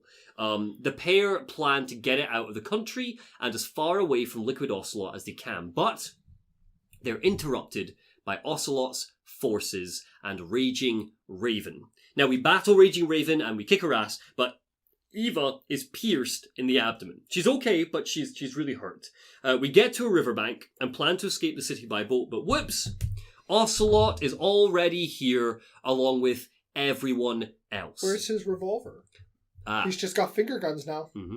Like, everyone is here. Ocelot's here. Meryl and her team are here. Vamp's here. Snake and Eva are here. And Naomi's here. She sold out Snake and Otacon. God yeah. damn it. She's working with Ocelot. God, she had her shag. That's all she wanted. Legit. Ocelot kicks Snake's ass. Just fucking wrecks us. And explains that he has managed to recreate the Patriot AI GW from Metal Gear Solid 2, and he now has that under his control. This is exhausting. Yep. He wants to take control of it, He wants to take control of all the rest of the Patriot AIs, right? Starting with John Doe. You get John Doe, you take control of the system. Meryl's like, oh, you're surrounded, you bell end. Look, my soldiers, I've got helicopters. Shut up, get down on the ground. Ocelot just thinks this is the funniest fucking thing he's ever heard. He laughs for like a solid 2 minutes and sets Big Boss's body on fire. He's like, look, can't do shit with that Big Boss's body, can you dicks? And just like fucking lights it on fire. Okay, I'm still unclear though on why they need Big Boss's body. Because... so am I. So am I. Just know that, like, you don't, right? And what I mean by that, I'm not hiding anything from you. When we get to the end, it's not really that important that whether or not we have Big Boss's body or not. So don't stress about it. But for now, this is a big deal. Like, oh my god, he just fucking set Big Boss's body on fire. Oh no! So yeah, so basically, Meryl then, like, seeing the body being lit on fire, Meryl's like, that's clearly not good news. Like, Snake seems upset about that, and if he's upset, I'm upset. So she orders her soldiers to open fire, and then in one of the most badass moments of Metal Gear history, none of their guns work. Ocelot declares that he's managed to get access to all of the Patriot AIs except for John Doe, actually. He can control all military equipment now except for the nukes. He raises 2 finger guns. Why except for the air. nukes? Don't know. John Doe's the only one that controls the nukes. He raises 2 So finger despite guns. the fact that he controlled the nukes before, now only John Doe controls the nukes, even the ones that he had before. I'm talking the world's nukes. All the nukes ever. The ones John that Doe shouldn't exist anymore because NATO disarmed everybody. Yeah, but remember, to be fair to the series, he released a bunch of plans, so there's a bunch of Metal Gears out there. So, like, he okay, can Metal control the Gears, but not nukes. Okay, sorry, he controls all the Metal Gears, right? Oh, which are basically all the nukes. Okay. So he raises 2 finger guns in the air and just starts blasting people with his fucking finger guns. Now, as a result, what he's actually done is he's turned all the soldiers' guns against each other. So when he's shooting people, they're getting shot with real bullets, but it's like soldiers are being controlled by him, like with the nanomachines that are shooting each other, right? The fucking helicopter goes down, everything goes on fire, and he's up on this fucking boat, just like, no, and he's literally, like, as he's doing it, he is actually going like, ba ba ba ba ba ba ba ba. Like, he's vocalizing the word bam, bam, bam, bam, bam. It's fucking awesome. I love him, but this is so stupid. Oh yeah, it's so stupid, but it's so good. Rock music's blaring. It is like one of the best parts of the entire game. And ultimately, as everything's blowing up around them, Ocelot escapes. Now, an explosion knocks Meryl overboard, but Johnny rescues her. He takes off his map, and bam, he is hot as hell. Oh. Yeah, Johnny's actually hot. You know, he's hot as fuck, though. I dig it. Right? So Johnny's hot. But, like, in kind of that, like, private school rich boy kind of hot. Yeah, I get like, it. He doesn't look like your average kind of guy's hot. He looks like, spoiled rich on daddy's money. Kind of hot. Yeah, he doesn't speak like that, but yeah. So, anyway, whilst Johnny's being hot over there with Meryl and he saves her life, Eva, meanwhile, dies in Solid Snake's arms, or Old Snake's arms. I cry, you cry, everyone cries, end of Act 3.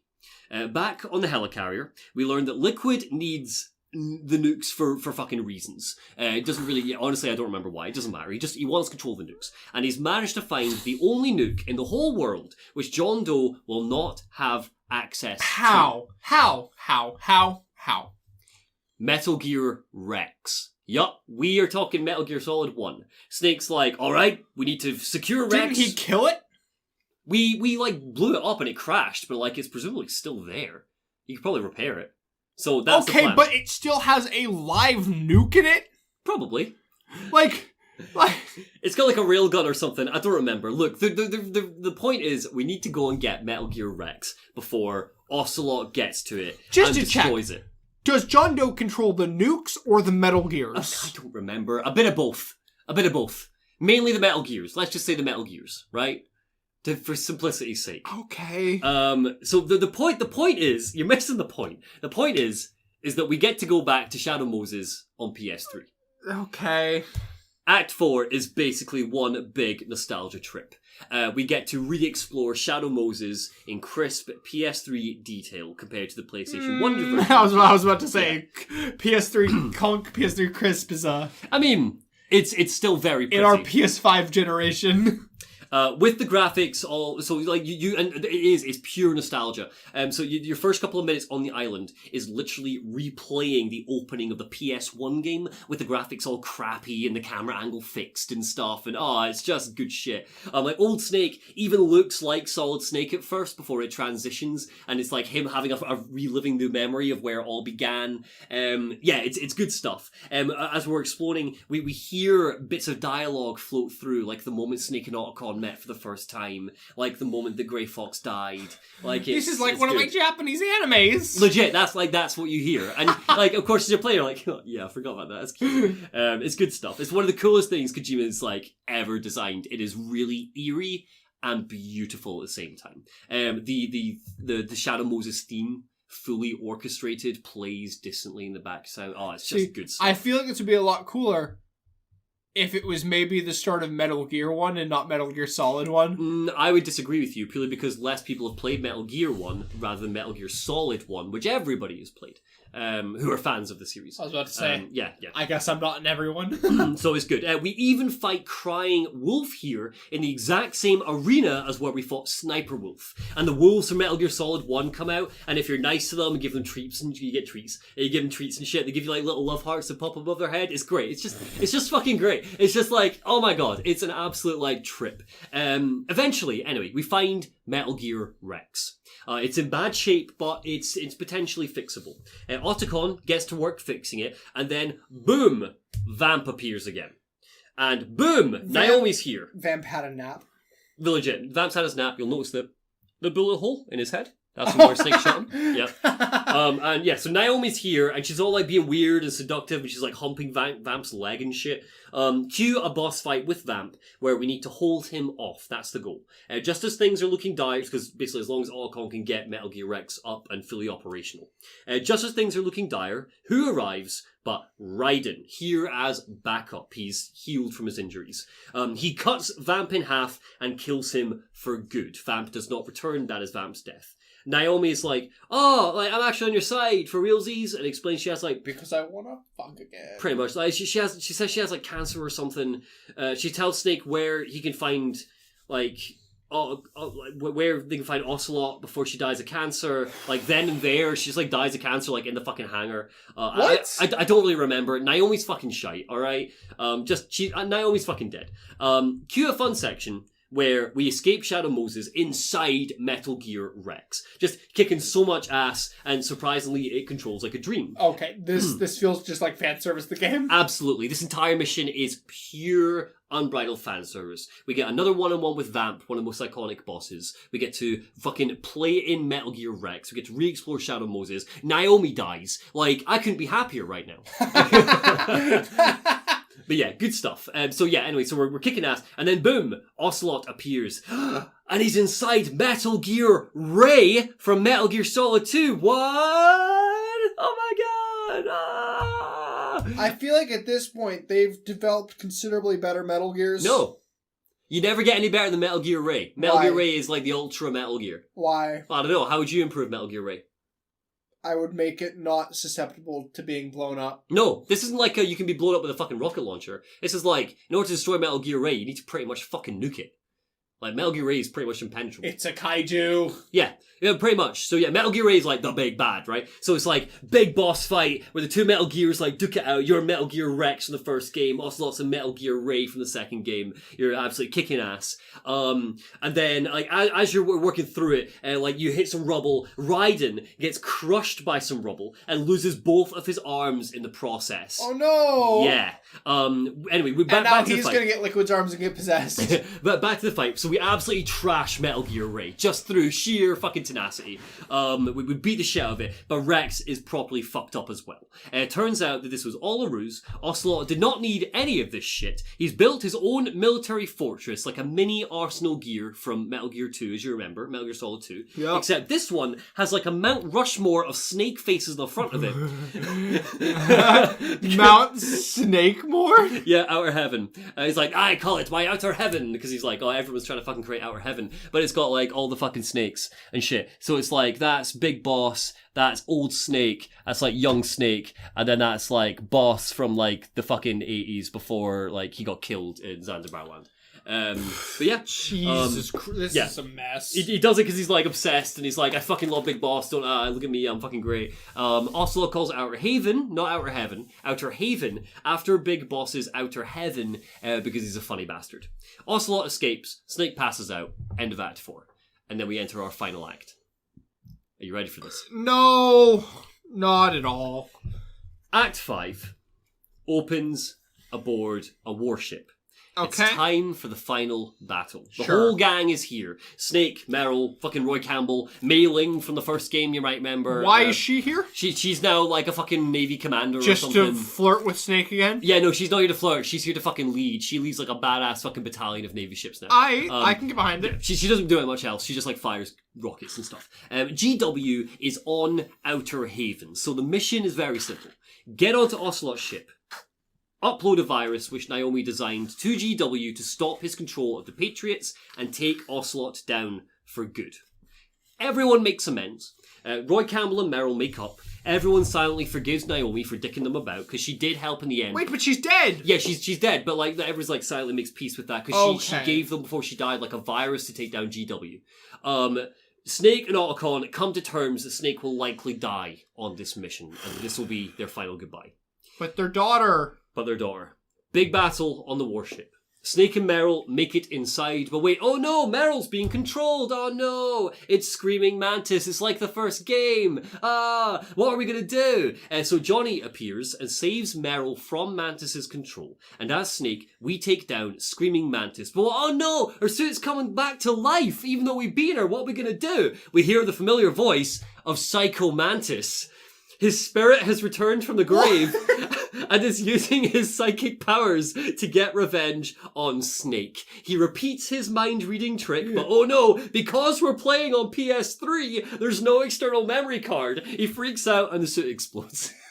Do they literally make a fucking meta joke about how there's not external... As in, Psycho Mantis literally goes like, what is this? Where is your memory card? Oh no, you're playing on PS3! And then like, he blows up. He actually recognizes... He uses the term PS3, yeah. PlayStation 3, I think, yeah. It's good shit. It's like fan service. I need to see this. I'm gonna look up this fight I will show you. I'll show you after. So Johnny and Meryl start to get a little romantic. Ooh.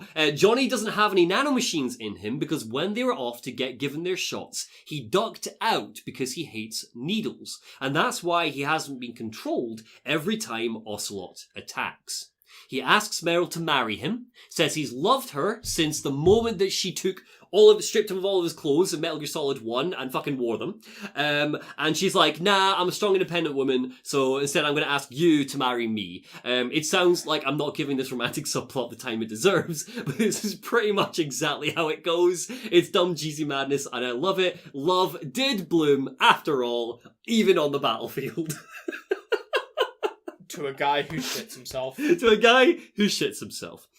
Back to Snake.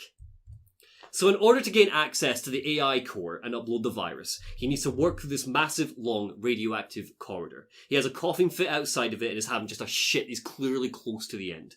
Some soldiers arrive and are about to gun him down. But it's not been 6 months! It's not been 6 months. But to be fair, radioactive corridor in it, so it's like there's like an understanding that whoever goes in, probably gonna die. And Snake's like, I'll do it because I'm gonna die soon anyway, and this is my fucking way to go. But at the last minute, when soldiers arrive, boom, Raiden appears once again. Now, because Raiden has lost his arms, he's carrying his sword in his mouth. And he uses that to chop all the baddies in half. So fucking anime. It's good shit. So with the microwave hall ahead, Raiden's like, let me do it. But Snake's like, no, I'm going to die anyway. You go fucking go. Go get some new arms. The two agree to part get some new arms. You fucking sicko. From the shop. The two agree to part ways, and Snake sets off down the microwave hall. This is fucking epic. We see our radiation count like go up and our health go down, and we need to like mash the square button to force Snake further. As we're doing it, like there's this like double shot showing like all of the characters fighting with like Ocelot's forces and stuff, like fucking Meryl and Johnny back to back gunning them down. It's just good shit. Okay, that's cool. And as you have to fucking mash square, and I mean mash square like fucking mash square. Like, it hurts. And the whole time, like, Otacons and Snake seems like, come on, Snake, you can do it! And, like, I'm crying, and you're crying, and everybody's fucking crying. And eventually, Snake uploads the virus and escapes out of the corridor. He manages to get out. He starts collapsing, but boom, it does work. The virus works. All of Ocelot's forces break down. His soldiers' guns don't work. We have won. But not only that, but the virus, through Naomi's design, also spreads to John Doe as well, and the Patriots But it are shut didn't down have as well. control of John Doe. Somehow GW has some connection to John Doe or whatever. I don't really remember. But it shuts down all the Patriots, so we'll simultaneously destroy the Patriots, and we've managed to beat Ocelot. Hooray! Isn't that very convenient that we don't have to anymore defeat 11 dudes? Yeah, it's okay though, because Naomi calls the virus Fox Alive, so... I hate it. There's one loose end left to tie up. Okay, sure, what's up? Ocelot arrives and sees Snake unconscious and, like, fucking dying on the floor. He brings him to the upper deck where the two can't be interrupted and injects him with adrenaline. He's upset about how everything turned out, but wants to settle the score as soldiers once and for all. We fight 3 rounds against him in hand-to-hand combat. The camera, the health bars, and the music change each round. First we have Solid Snake versus Liquid Snake, Naked Snake versus Ocelot, and then finally Old Snake versus Liquid Ocelot. It's very fucking cool. Like, you get to, like, the Naked Snake versus Ocelot. The Snake Eater song. Yeah, the Snake Eater starts to play and stuff. Like, it's great. Yeah, good shit. We beat Ocelot, and with Liquid Ocelot defeated, he dies with his head in Snake's lap. In his final moments, he sees Snake as Big Boss and addresses him as such. And that is how Ocelot dies. He says goodbye to, like, his oldest friend, Liquid That's gone, poetic. no possession, and then, like, he dies. You taught me what gun to use. Yeah, he taught me what gun to use. The correct gun. Epilogue. So Meryl and Johnny get fucking married, right? Sure, why not? Very cute. Raiden... He shits himself at the wedding. Yeah. Raiden gets 2 prosthetic arms and he's grand. Snake is still alive, but it's clear he doesn't have long. He goes to visit Big Boss's grave, and in a scene reminiscent to the end of Metal Gear Solid 3, he raises a pistol to his head, just like Big Boss's salute, before changing his mind and putting it in his mouth, and pulls the trigger. Cut to black. The credits roll, and you're like, damn, good game, good shit, sad ending, goodbye Snake. And then at the end of the credits, we see a weird phrase. Big Boss, voiced by Richard Doyle. But Big Boss wasn't in this game. We bleed back in on Solid Snake. He pulled the gun away at the last minute, he couldn't do it, couldn't kill himself, and a voice says, good, it wasn't your time. Big motherfucking Boss is standing right there, looking old but healthy and very much alive. He hugs Snake. Snake doesn't know what to do. We learn a few final pieces of information. Wait, is he actually alive? Yes. What? 1. Ocelot was never possessed by Liquid's soul. He just went insane after sticking Liquid's arm onto him. He underwent some, like, hypnosis, and as a result, completely believed he was Liquid Snake reborn. What? Revolver Ocelot has been the big bad all along. I'm exhausted. So there's no ghosts, just hypnosis. Number 2, the body which Ocelot burned was not Big Boss. It was actually a dummy corpse, that of Solidus Snake. Of who, course it was. you may remember, was the perfect clone, so the Patriots believed it was him. Yeah. 3, Big Boss has been alive this whole time, living peacefully undercover. Number 4, next to him is Zero, Major Zero, who's a vegetable in a wheelchair. Big Boss turns off Zero's oxygen, and Zero dies. He was like, I brought him here so he could be near the boss, because the boss's grave is, like, just up the road. Like, when he died, like, I thought it was only suitable. 5, the fox die inside Snake will not act as a bioweapon. Naomi was just wrong. But it does affect Big Boss due to the genetic similarities that they have. Big Boss begins to die. And in his final moments, Big Boss asks Snake to help him over to the boss's grave. Big Boss salutes the boss's grave one last time and dies in his son's arms. Credits start to roll. And over them... This is fucking stupid. You cry, I cry, everyone This cries. is fucking stupid. Credits start to roll, and over them we hear Otacon ask Snake what he wants to do with the couple of months he has left to live, and the two head off together to live out those days in peace. The end. I mean, my gays, I love them, but also, fuck this is stupid. What are you talking about? This is like perfectly wraps everything up. No! We They should be dead! Yeah, but they're not. But they should be! Yeah, but they're not. Okay, but it's stupid that they're alive. It is stupid that they're alive. It's stupid that they're alive. You know what? This it is one been big, so much more poetic. I'm sorry, but Snake killing himself would have been poetic, and it would have been understandable, and it would have been sad, but I would have preferred it. I get it. From this description, I don't know if I do it justice. Bear in mind, I would also like to point out that, like, whilst 71 minutes is the record for how long the cutscenes are, that doesn't mean every other cutscene is only 10 minutes. This epilogue cutscene is like 30 at least, if not 40. So much happens. Like, the wedding is like a full 20 minutes. It's just a whole thing. I haven't even talked to you about Drebin.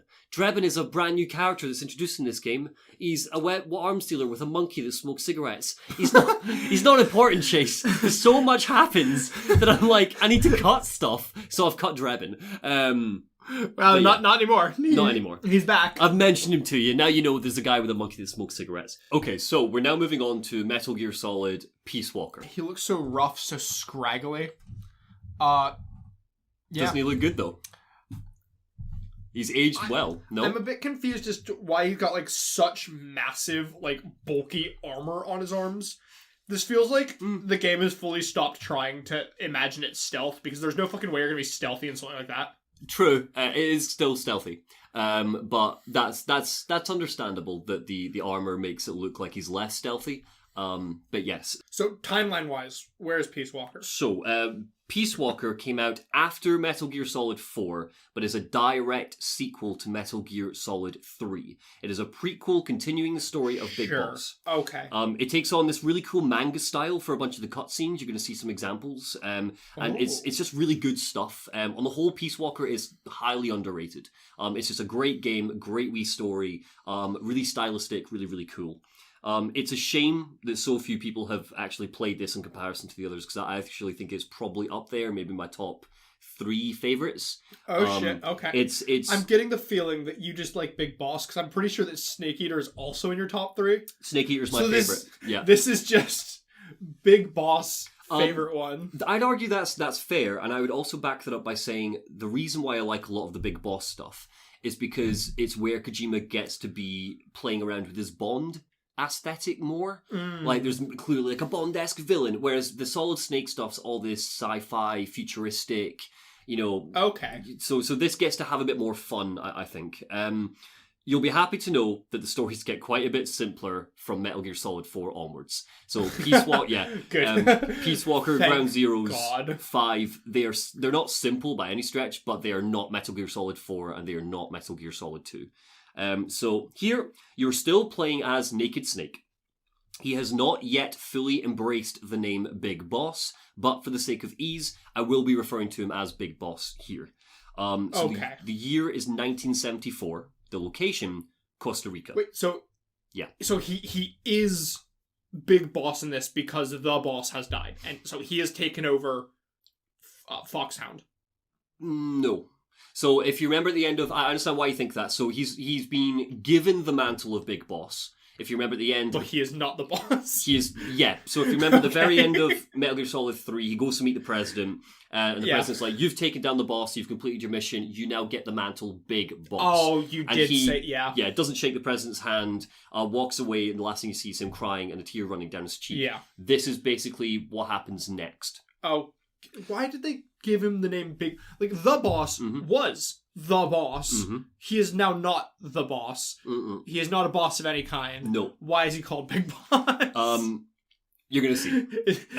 I feel like they needed to give him the name so that they could tie it into Metal Gear 1. Yeah. But, like...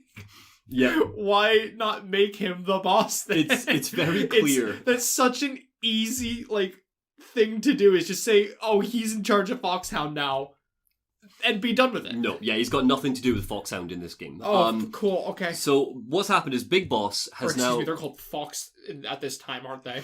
So Big Boss has parted ways with Zero by this point. Okay, so if you remember back in Metal Gear Solid 4, we learned that the two went off to form the Patriots together and they fell out. So prior to the events of Peace Walker, they have now fallen out. Okay. So he is now partnered with Master Kazuhira Miller. Yeah? Burger Boy. Burger Boy that I told you about earlier. The guy that turned, like, Liquid pretended to be... Who's definitely not Liquid. Yeah. And he's not Liquid here or anything like that. Liquid is barely born by this point. Okay. So they formed the organization called Soldiers Without Borders, a private military company. So literally the thing that he tried to...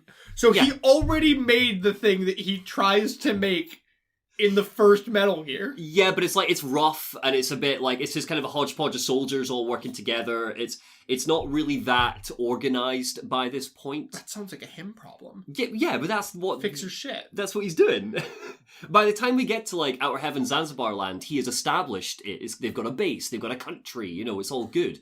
Here, it's just like a little group hiding out in a village in Costa Rica, basically.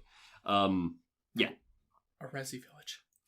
It's not the Resi Village, no. So he and Kaz are approached. I'll be calling Miller Kaz from now on. Okay. That's how Boss refers to him. Kaz... the only character in this franchise with a Japanese name. Mm-hmm, mm-hmm. But then also taking that and then putting it next to the name Miller, which is just blatantly American. Do you know what Kazuhira means in Japanese? It's referred to in Peace Walker. Kaz says it explicitly. Fuck. I should know. That's okay if you don't. I'm going to tell you. My Japanese isn't strong enough. So, Kazuhira rather means peace in Japanese. Okay. So just it's a cute wee thing, basically. It's just a bit of that's cute. So, Boss and Kaz are approached by these two people. Professor Ramon Galvez Mina and his student Paz Ortega Andrade. I was about to say, they could not make her look more like a schoolgirl if they tried. Why is she wearing wellies? They're not oh, they are wellies. Those are absolutely wellies. So he's a professor. She's his student. She's like 16 or whatever. Does he have a robot hand? He does. Yes. We'll refer to that later. Okay. So Paz also I can't remember which language it is. I want to say Spanish or something, means peace in her language as well. So these two are looking for help. An unknown military army known as Cypher has occupied Costa Rica, and they want rid of them. Right? If Big Boss helps, they promise to give him an offshore plant to use as an operating base in the coast of the Caribbean. Because at the moment, they're just hiding out in a village. They're looking for somewhere to put down roots. Right? Yes. Yeah. I'm like racking my brain from everything else to see if that should sound familiar. If that's a place I should know. No. If that's like Outer Heaven or something. So Big Boss is unsure about helping them. He doesn't fully trust this story until the student, Paz, explains that she was captured, imprisoned, and brutally tortured by this army, Cypher, after trying to find her missing friend in the nearby wilderness. She gives the boss a tape recording, and on the tape, we immediately recognize a female voice, the voice of... Any guesses? The boss? The boss, absolutely. Oh, best girl. The voice of his old mentor. So, he decides to take on the mission. A week passes. Soldiers Without Borders moves into their new fancy base, which is called Mother Base. Yeah. Okay, cool. Big Boss prepares for the mission, and eventually he goes into Costa Rica, helped over the radio by Kaz. The mission at first... yes. How the fuck did this random professor happen to own a massive oil tankery looking base thing with complete with fucking helipads and shit? Yeah. Just random fucking... of course, I forget that, all of these professors on their college teacher salaries all have the money to afford a full fucking hidden tanker base. Where he gets the money is explained later. Is it? Yes, okay. Yes. Fair, and I guess fair. So we're playing as the Big Boss. We're going into Costa Rica. We're off on our mission, right? Things seem pretty normal at first. We meet a resistance group called the Sandinistas, and Big Boss flirts with their leader, Amanda Libre. Of course he does. We learn that the CIA is somehow involved with Cypher, potentially funding them. Ooh. Amanda's little brother Chico. I love a little bit of government conspiracy. Yeah, absolutely. And that particularly makes Big Boss go, oh, because he doesn't like the CIA because of all their shit in Metal Gear Solid 3 with the boss and everything. So he's like, oh, an opportunity to fuck with them. I'll take that. So Yeah, we also learn that Amanda's little brother, Chico, has been captured by the baddies. Big Boss goes off, he rescues him, sends him back to Mother Base. I'm really kind of watering down the best part of about 6 hours of gameplay here, because that's kind of all that happens. But while we do this, we encounter numerous mechs. Pupa, Cocoon, and Chrysalis. These all... And I'm sure that this is just a matter of... Yeah. I'm sure this is just a matter of designs evolved from the series. These all look so much more threatening than the fucking original Metal Gear that supposedly is the first one made in like 10, 15 years. Wait, are you joking? So this is basically the Shago... Pupa is basically just a small Shagohod. That's just... I don't even know what that is. That's just a fucking tank. And yeah, that one can fly, so that's These all look miles more threatening than the original Metal Gear. The original Metal Gear is... Oh, I see. Yeah. Like, which supposedly is the first of its kind and built in 15 years, looks like a step back in comparison. Sorry, and I'm sure that it is just a, like... Yeah. Like, designs evolved and they made them cooler as the series went on. Yeah. But timeline-wise, this doesn't work. Just wait till you meet the mech from Metal Gear 5. God. You're gonna be so mad. God damn it. So... Yes, so we see these three mechs. Now, one of my big criticisms with Peace Walker is that the wacky bosses are these. We don't really get our wacky characters. They're kind of just reduced to three mechs. And a couple of other things, but the mechs, basically. With this one with a railgun and its two fucking Starfleet ships as wings. Like, it's still really cool, and the battles are really cool, but they're not quite psychic octopus people. You know, it's not like... Yeah. So breaking into Cypher's... The sci-fi hadn't caught up yet. The sci-fi hadn't caught up yet. We're still kind of in Bond territory here. So breaking into Cypher's facility, Big Boss meets two more characters. The first is this dickhead. So this is CIA operative Hot Coldman, our big bad. You... Are... Hot Coldman. Are you... Is that a joke? No, that's his name. That's... It's never even That's highlighted. the worst one in the series. Yeah, it's bad. That is the worst one. And this series has awful names. Like, outside of your main cast, this series has terrible names. And this is the worst one. The beautiful thing about this, and I might be remembering this wrong, so again, in the comments, please do correct me. But Hot Coldman, to my knowledge, isn't a code name. It's just his name. I'm pretty sure. It's never really explained why he's called him. You know, every other wacky name is given like a reason or a purpose. No. He's just Hot Coldman. This is also the manga style I was discussing. Almost all the cutscenes are like this. It looks like old, like, American propaganda posters. That's which exactly I feel is the idea. very intentional. Yeah, absolutely. Especially with this fucking V for victory. What's his name? Well, it's the peace sign. That's kind of the running gag. It's V for victory and the peace sign, and it's all, a lot of the philosophical conversation of Peace Walker is like, what does it take to get peace, and all that sort of thing. Which is quite cool. Like, again, the story is really good, but yeah, Hot Coleman. The second is this guy, Huey Emmerich. The way you've said that name makes me feel like I should know who that is, and I don't. That's okay. If I were to say Hal Emmerich, would that help? I've been referring to them as another name this entire series. Fuck. Look at his face. Who do you think he is? It looks like fucking Anime Boy. Yeah. So it's Ottocon's father. Oh, hell yeah. Hal Emmerich, Ottocon's father. This is Huey Emmerich. Okay, well, at least the anime runs strong in his family. Yeah. So Huey is also, again, with this fucking wheelchair that looks like tech, miles ahead of anything we see in the supposedly later games in the series. Yeah, I mean, you've not seen anyone else in a wheelchair. Why is all the tech from this time period so much better? Like, why did tech suddenly devolve so much between this and MG1? Yeah. I can't argue with you. So Huey Emmerich, Huey as I'll be referring to him from this point on, is being forced by Coldman. Does he also watch anime? He also watches anime. Thank God. He also pisses himself. Thank God. The best characters in the series. I'm going to tell you right now that I hate, and everybody hates, Huey Emmerich. I can't tell you why yet. Okay. Huey Emmerich, this is a little bit of spoilers, but it doesn't really matter. He's a piece of shit. Okay. So, he's being forced right now to build a Metal Gear. Runs in the family. Yeah. Peacewalker.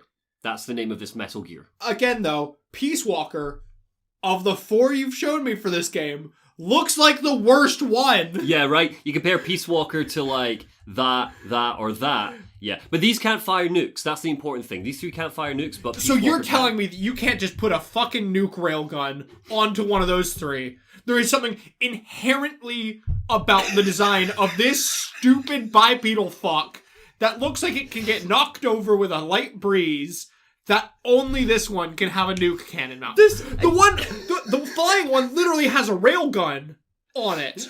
I love you can fucking put a nuke in that railgun. You have totally embraced ghost people with arms that make them... Yes! People, which turns out to be hypnosis. You're like, sure, fine, whatever. But oh no, the mechs are the problem. Yes! Because this specific mech is fucking stupid. This one, like, it does not... Like, it can launch nukes. Yeah, fucking anything can launch... I can launch a nuke with my bare fucking hands. I can hurl it over the wall. Yeah, but it's not the same. It's not gonna, okay, so break it down for me. What stops them from demolishing this one, taking its nuke launcher, and putting it onto, say, the flying one? What does it? Why is he building a whole new fucking mech and not just a nuke cannon that they can mount onto the three existing mechs? I don't know. I honestly don't. I have no answers for you. Because there isn't one, because it's stupid, and they just wanted a mech called Peacewalker, so they could fucking name the game that. So, in typical Metal Gear fashion, Peacewalker could have just called the other one Peace Flyer. This one's in its final testing phase. Oh, right? Of course it is. Yeah. So did Huey build the other three as well? Yeah, Huey built all of them. So why did Huey suddenly just go, this one that fires nukes, it's gonna be my worst one? You know, Peacewalker is a really tough boss battle later, so you can go fuck yourself. And this thing killed me so many times, whereas I beat the shit out of these I'm three. assuming that, once again, it did not launch nukes at you. No, it didn't launch nukes so, at me. Again, the core focus of the Metal Gear of the series, not even used, never utilized. Do any of the Metal Gears in this series ever fire a nuke? Just stick with me, okay? We're 6 games in. Yeah. 7 games? 8 games? However fucking many games. 1, 2, 3, 4... We're 7 games in. 7 games in, and we've not seen a single nuke fired, and that is the whole point of the series, is mechs that fire nukes. We have seen a nuke fired in Metal Gear Solid 3, just not from a Metal Gear. You just stuck it in a missile launcher and blasted it. Remember? Yeah. Okay, all the more to the fucking point. Why do we need a Metal Gear to do it when you can stick it in a fucking rocket launcher? Because it can fire it further. This can target overseas. Okay. Yeah. So can a submarine. Yeah. Why do we need a Peacewalker? Because this one can move. It can walk. So can a submarine. And a submarine can do it with stealth. It can. And they had nuclear subs before the time period of this game. Look. So this is just, again, a technical downgrade from existing military tech for the point of having a stupid But it's mech. cool. Look at it. It's called Peacewalker. It walks. It's the great. least cool looking of the four. It's the worst one. Oh my god. It's the worst one. Right. Look. It doesn't fucking matter, alright? It's in its final does, but testing okay. phase. So, Cypher are basically, remember, these baddies, right, whoever they are, which Hawk Coben seems to be involved in, are basically focusing their attention on artificial intelligence this game. That's their big shtick. Oh, so yeah. Now you've opened the box for me. To pull back the curtain again, I have a master's in artificial intelligence. Yeah, that's fine. We're pulling back the curtain. I am going to be uber critical now. You're going to love this. So the whole idea is that Cypher basically believe that AI, if programmed properly, have greater combat ability than normal soldiers simply because they have no emotional attachments, right? There's no regret, no guilt, nothing like that. It's just basic code. So yeah, okay. There is specifically one big AI which has unparalleled tactical abilities and is about to be installed inside of Peacewalker. This is like the ultimate tactician AI ever, right? So Huey... And so again, you give it to the one that is landbound and not the one that can fly. No, well, to be fair, this AI is put into the flying one earlier. Okay, thank God. Yeah, and then something we logical. blow it up. It's there. You'll see it. That's it there. Oh, it's this weird barrel thing. Yeah, the weird barrel thing. We'll come back to that in a minute. So AI is the big deal. Now, this AI is about to be installed inside Peacewalker. This is the final phase that Huey refers to. Huey explains, if Big Boss can destroy this AI, then Peacewalker will be rendered useless because there is no way that you can control it without the AI, right? There's nowhere for anyone, there's no cockpit, no one for anyone to sit. You need the AI to make it work. Okay, so that's pretty. That's pretty spot on. That's simple. Okay. No. Right. So you're telling me that he built this whole mech, zero way to test it, until you put this mega AI in it. The AI. This takes the concept of testing in production, like testing it live, to whole stupid levels when testing it live gets it nukes. Right. So you are telling me that Huey had no way to, like, with a program, like, in his little console, in his fucking wheelchair, with his little joysticks on his fucking wheelchair, control the mech. The only way he could control it was by plugging the live AI into the thing that has nukes. And that's the only way to test that it even works. Yeah. I feel that you have a lot of pent-up bitterness from Metal Gear Solid 4 that you're now... Do I? Yeah, that you're now wrongly pouring... I thought Metal Gear Solid 4 was actually surprisingly, like, logical comparatively. Like, comparatively, Metal Gear Solid 4... because I feel like the difference is... The difference is, Metal Gear Solid 4...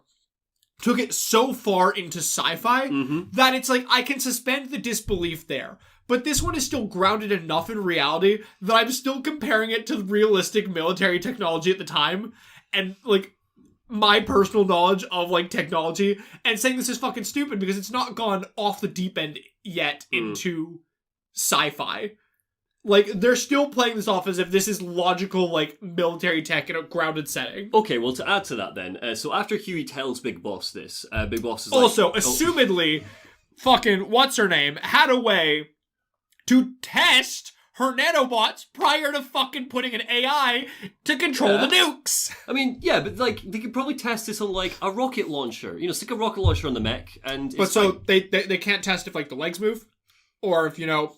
any of the motors articulate. Look, they can't test the aimer on the nuke launcher. They can't test, you know, the balancing. This thing looks like it has shit balance, so obviously it has some fucking auto load balancers in it. So after Huey tells Big Boss all of this, Big Boss says, "Great, thank you for the information. We need a nerdy scientist guy as part of our team." So he sends Huey off to join Mother Base. Like father, like son. Yeah, he does this by Fultoning him. Do you know what Fultoning is? What? Yeah, Fultoning. Excuse me? So Fultoning is where you attach a balloon to the back of someone and it sends them up and they get caught by a plane and it takes them off, or a helicopter, and it takes them off to Mother Base. That's what he does. He attaches a balloon. I'm curious, is this a real thing that is done in the real world, or is this just something that Metal Gear made up? You might remember, sort of. It's kind of based on a bit of... I thought you'd know this. I don't know this, Sean. I'd like to cast your mind back years and years. You know the movie The Dark Knight, right? Yes. So Morgan Freeman discusses in The Dark Knight but it's probably the least memorable part of the movie, to be fair. So I don't remember it, so... Batman goes to... Oh, okay. I want to make sure I'm not wrong here. I want to say Tokyo to get the accountant to extract him and bring him back to Gotham City. And he does this by gliding in, fighting his way through the thing with this thing attached to him the whole time, grabs him, and then pushes a button basically, and his big parachute takes him up, and then the plane catches him and he pulls him in. And Morgan Freeman says this is old technology used by the CIA and Black Ops, rumored to have been used by. So I think Kojima read this properly and was like, "Oh, that sounds interesting." Kojima read The Dark Knight specifically. Yeah, but he's clearly read this is all a reference to the not CIA tech. This is a reference to The Dark Knight. But so whatever this tech is, this fun tech, it's got a grounding in at least theoretically what the CIA has used. It is absolutely ridiculous. This one. I can believe this one. Why? This one, why can you believe that? This one makes logical sense. This one is fine. You attach a balloon to someone that makes it go whoop, and then gets caught by a helicopter to then get taken off to I have seen much weirder things from the U.S. military. This feels like base level tech for the U.S. military, to be fair. Fair enough. So remember Fultoning. It's a thing that we use quite a lot, right? Oh, this happens multiple times. This happens, a lot, yeah. Okay, sure. So we travel further, eventually reaching the laboratory where the big AI is being stored. And it's here that we get our first big reveal. The big AI. Is that George Washington? No, the big AI is actually the boss. What? Or at least the boss's digital mind. That's why it's got such a tactical advantage. It's like, Boss was the ultimate tactician. They've taken her mind and turned it into data and turned it into an AI. There's a really sweet scene where she recognizes Big Boss for a split second. Big Boss is then overwhelmed because this is quite a lot to take in. The music's all sad. And he learns that Cypher plans to put the mind of the boss into Peacewalker. So the ultimate soldier gets put into, as far as the game is concerned, the ultimate mech, the ultimate weapon. And that's bad news. That's the plan. Times like this where I wish this was video so the audience can see the glare I'm giving you at that comment of the ultimate neck. Yeah. But I digress. Fucking alright. Okay, right. It's the CIA. 'Cause they've got she used to work for the CIA, so they'll have data on her that they could put together a pretty decent reconstruction of her mind. Right? Yeah, Within reason. I mean, parts of her mind, I would assume. I hate this trope of AIs that it's like they're based on a person, but they're based on like the specific traits, like in this case, the soldier traits. But somehow the AI reconstructs the soft, warm, gooey heart for this one person, but only for a second before the programming takes over. And I'm like, I hate this AI trope. It's cool. I hate it. The second thing we learn is that the boss's iconic white horse is also in this lab, right? What? It's just here. What? And third, why? Because the scientific mind behind this is this woman, Dr. Strangelove. That name sounds really familiar. No, she's a brand new character. But in the series. I don't think from this series. I feel like that name is used in something else. Yeah, so there's a movie you might know as it's like Dr. Strangelove or How I Learned to Stop Carrying and Love the Bomb, I think it's called. Maybe? Yeah, it's a really, really famous movie. But that's what she's based off of, basically, this idea. Dr. Strangelove is a male character in the movie. But, Dope. But it turns out that Dr. Strangelove was actually in love with the boss and fucking hates us because we killed her at the end of Metal Gear Solid 3. So this is how she's been able to reconstruct this AI. She's an AI engineer scientific mind who's in love with the boss, knows everything about her down to her most intimate details, and has managed to reconstruct this with all the combat and digital data that the CIA has. Right? That's how the game justifies it. Sure. Cool. She thinks ultimately that this is like her small way of trying to bring the boss back into the world in some way. Right? That's how she justifies it. But only the violent parts. Well, only the violent bits. She's trying. Well, that's the thing, right? So we get hints and inklings that Dr. Strangelove is kind of the reason why there are these little soft glitches. Because while she's aware that what she's doing is building a weapon for Cypher and for Hot Coldman, she was in love with her. So of course, there's little bits that she's like, "Oh, I wish I could bring you back for real," and she's programmed bits in, so we get little recognizable moments. I'm assuming Zera's involved somehow, but I forgot that he existed. It's totally fair.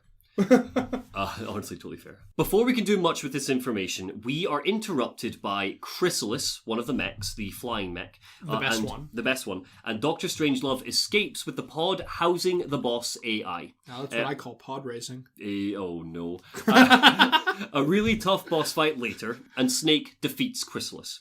He jumps on the boss's horse, the white horse, and he follows Strangelove to Cypher's base. Is that the only reason they put the fucking horse here? Follows Strangelove to Cypher's base. I guess Strangelove probably kept it as a weird. That's it. Yeah, it's sentimental wank thing. Yeah, it was kind of just a memento. So he's on the horse. He's chasing after Strangelove, who's like escaping with the AI to Cypher's main facility, and he's intent on ultimately destroying the artificial intelligence. During this time, Big Boss and Kaz start to come up with a plan. They too are going to build a Metal Gear, which they'll call Metal Gear Zeke. Yes. Oh. Don't worry, you haven't heard the term Metal Gear Zeke before. No, I'm not thinking that. Honestly, my brain is going to Zeke from Attack on Titan, and I'm just thinking the AI is a massive monkey. No. Yeah. But... back on Mother Base, preparations start to be made with Huey Emmerich leading the project. So, because they've got their Metal Gear engineer, so he can start building stuff for them. We've stolen you from the evil guys who are forcing you to make a Metal Gear. Now we're going to force you to make a Metal Gear. Pretty much. And the game's quite aware of like what they're doing. So, reaching the base, we see... Does Huey have, like... Is Huey allowed to leave? No, fuck Huey. Just build the Metal Gear. Stop being a little shit. No, but I mean, like, are soldiers without borders like holding him hostage? They're not really holding him hostage. It's more that the guy can't walk. He's on it. Like, He's stuck in a. They're not holding him hostage, but like try fucking getting off this floating tanker. Yeah, like that is a dick move. That's so pretty much like Huey. You could do one of two things, man. You could just be here and be a pain in the arse. We're not going to hurt you, but if you want to make your time here useful, let's build us a Metal Gear. You're allowed to leave. Go home yourself. So, reaching the base, we see that Coldman and Strangelove have once again captured Paz. Strangelove seizes... Wait, was Paz captured? Yeah, if you remember at the very beginning when she and the professor came to see Big Boss, Big Boss was like, nah, I'm not that interested. But then Paz was like, I got captured by them, I got tortured by them, and I got this recording. And then she managed to escape. But they've captured her again, they've got her back. Strangelove seizes Big Boss and tortures the ever-loving shit out of him. It's real grim stuff. It's like, properly electrocuting and things. Reminiscent of Metal Gear Solid 3.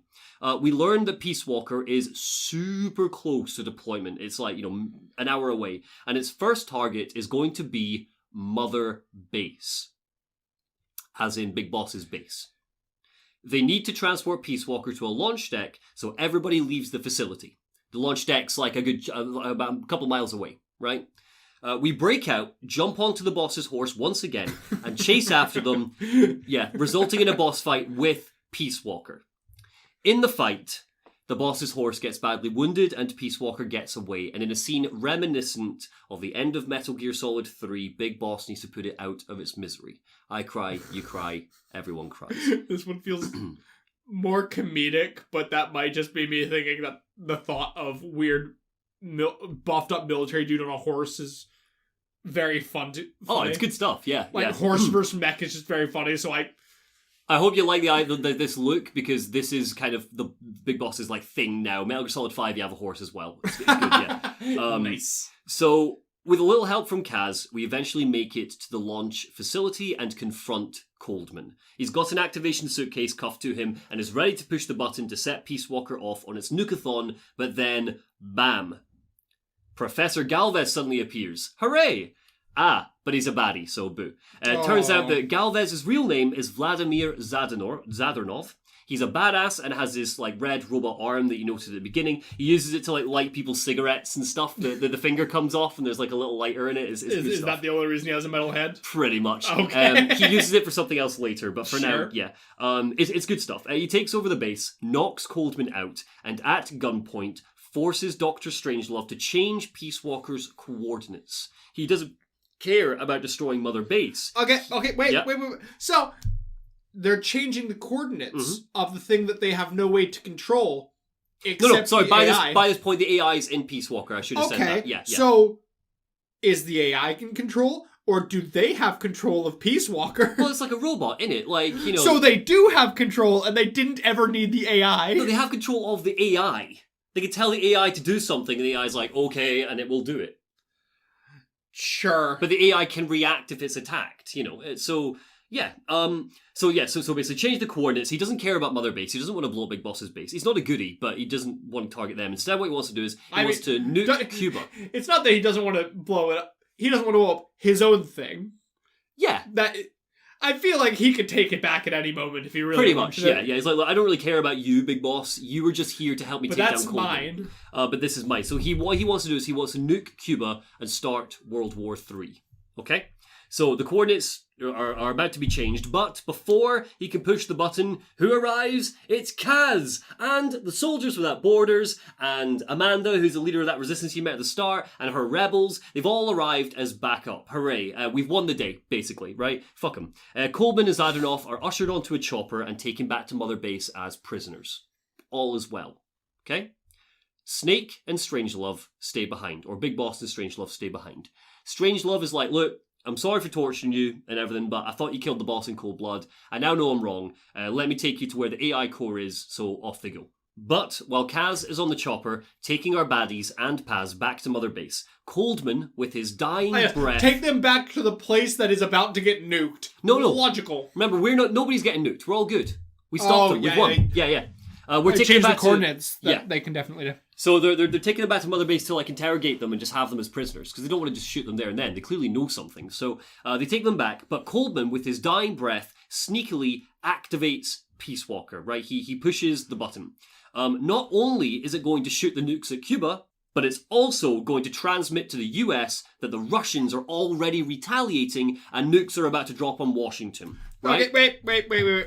Yeah, unpick How? this because it's really important. How? Basically, the idea is that like Peacewalker isn't just like a nuke launching mech. It can also transmit false like blips to the Pentagon and Moscow and all that sort of stuff. And basically, what it's gonna do is it's gonna trick the US into thinking that Russia has started to nuke them. Right? Whilst I'd love to say that this sounds unrealistic, the US has been tricked by a lot of things like that before. So actually. Okay, never mind. Just wait. That's fair. It's about to get stupider, so don't worry. I mean, to be fair, the bulk majority of this game and all of the Big Boss games so far, they're shockingly more grounded and easy to follow than any of the Solid Snake ones. So this is why I like it, because the joy in the Big Boss stuff is like how silly the details are rather than the overarching plot. Like for me, I think this is pretty sensible. You know, you've invented technology which can do this, fine. You know, just take that with a pinch of salt. But the most important thing is, only way to stop these nukes and this fake radar stuff and World War III is to destroy Peacewalker. So Big Boss has like 5 minutes until it completes its launch phase. So cue Big Boss fight, which is a really good boss fight. It's the toughest Metal Gear boss in the series. It's just a big bastard and it's got a massive health bar and we managed, you're working against the clock as well. And basically, long story short, we managed to stop Peacewalker, but the US and Russia are still primed to launch their nukes at each other because they've seen these radars. So as a last-ditch hope, Big Boss decides, fuck it. He picks up the phone and he calls the Pentagon. See, but the thing is, right, when these kind of things, these radars, the US government does call, like, Moscow government and say, have you launched nukes? Yeah, but not at the height of the Cold War. I feel like they wouldn't. No? I'm trying to think. I remember a very vivid story of a time they got tricked because somebody left fucking training software in the thing and they thought they were about to get nuked and they did call, and I'm trying to remember when that happened. I'm surprised that I want to say that was the Cold War, but I'm probably wrong. I'm surprised that you're embracing the fact that Big Boss like has a direct line to the Pentagon. It's like, hey, and just picks up the phone to have a quick chat with the Secretary of Defense. I mean, he was in the president's office and given a name by the president. This doesn't seem unreasonable. Cool, yeah, fair enough. This doesn't seem unreasonable, seeing as how he seems to have a direct line to the president. So he cuts straight to the chase and explains that it's all shite, that the nukes aren't incoming, and that it's all just one big misunderstanding, right? The Secretary of Defense is like, yeah, I don't believe you. Prove you're Big Boss if you want me to believe you. So Big Boss... at least they fucking... are sensible in that way. That's not okay. So Big Boss. No, that is absolutely sensible. If you were the Secretary of Defense, you got a random phone call from a gruff voice. It's like it's fake. It's fake. Yeah. Would you really just immediately? Oh yes, hello, Big Boss, and not think this is a fucking Russian trying to trick me? No, my first assumption would be prove it's not real, not prove you're Big Boss. Because who fucking cares if it's Big Boss on the phone? This is like 10 years after MGS3. Okay, He didn't shake the president's hand. It's very clear he's defected and fucked off to do his own thing. And anyway, so the Secretary of Defense is like, yeah, cool, no problem.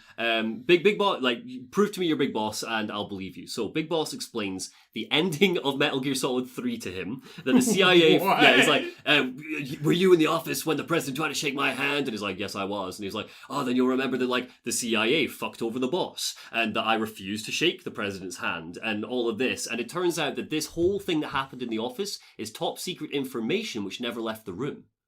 Nobody knows what happened to the boss except for, like, the 12 people in that room. Oh, I thought you meant the top secret information was that Big Boss didn't shake his hand. Yes, that is top secret information. Why? Because it's like, he's meant to be the all-American hero. Like, people don't know that he's fucked off. People don't know he hates the US. Why do people know about him at all? Because he's like a legendary soldier.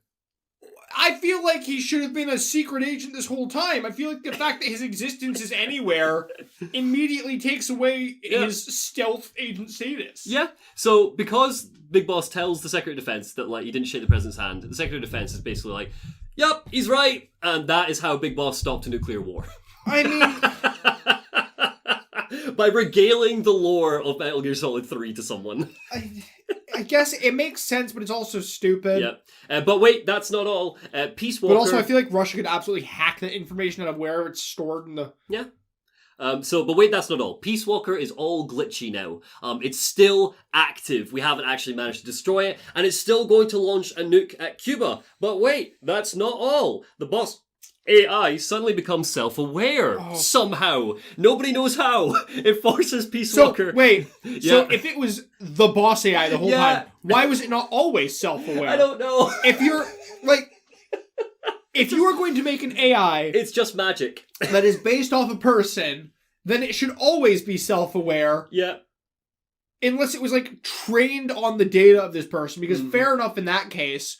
But if you were specifically saying that this AI is this person, then it should always be self-aware, not just suddenly self-aware. Yeah, no, it is. It's literally pure magic. Nobody can tell you why. It's never explained, not even in Kojima's mental way. So somehow it becomes self-aware. Oh, hooray! So nobody knows how. It forces Peacewalker to walk into the ocean and drowns itself. Credits roll. A robot drowns. It can't launch a nuke if it's, like, filled with water and shit. So it can't be a submarine that launches nukes despite yeah, but like water? this isn't built for water. You know, that's Peacewalker's one weakness, water.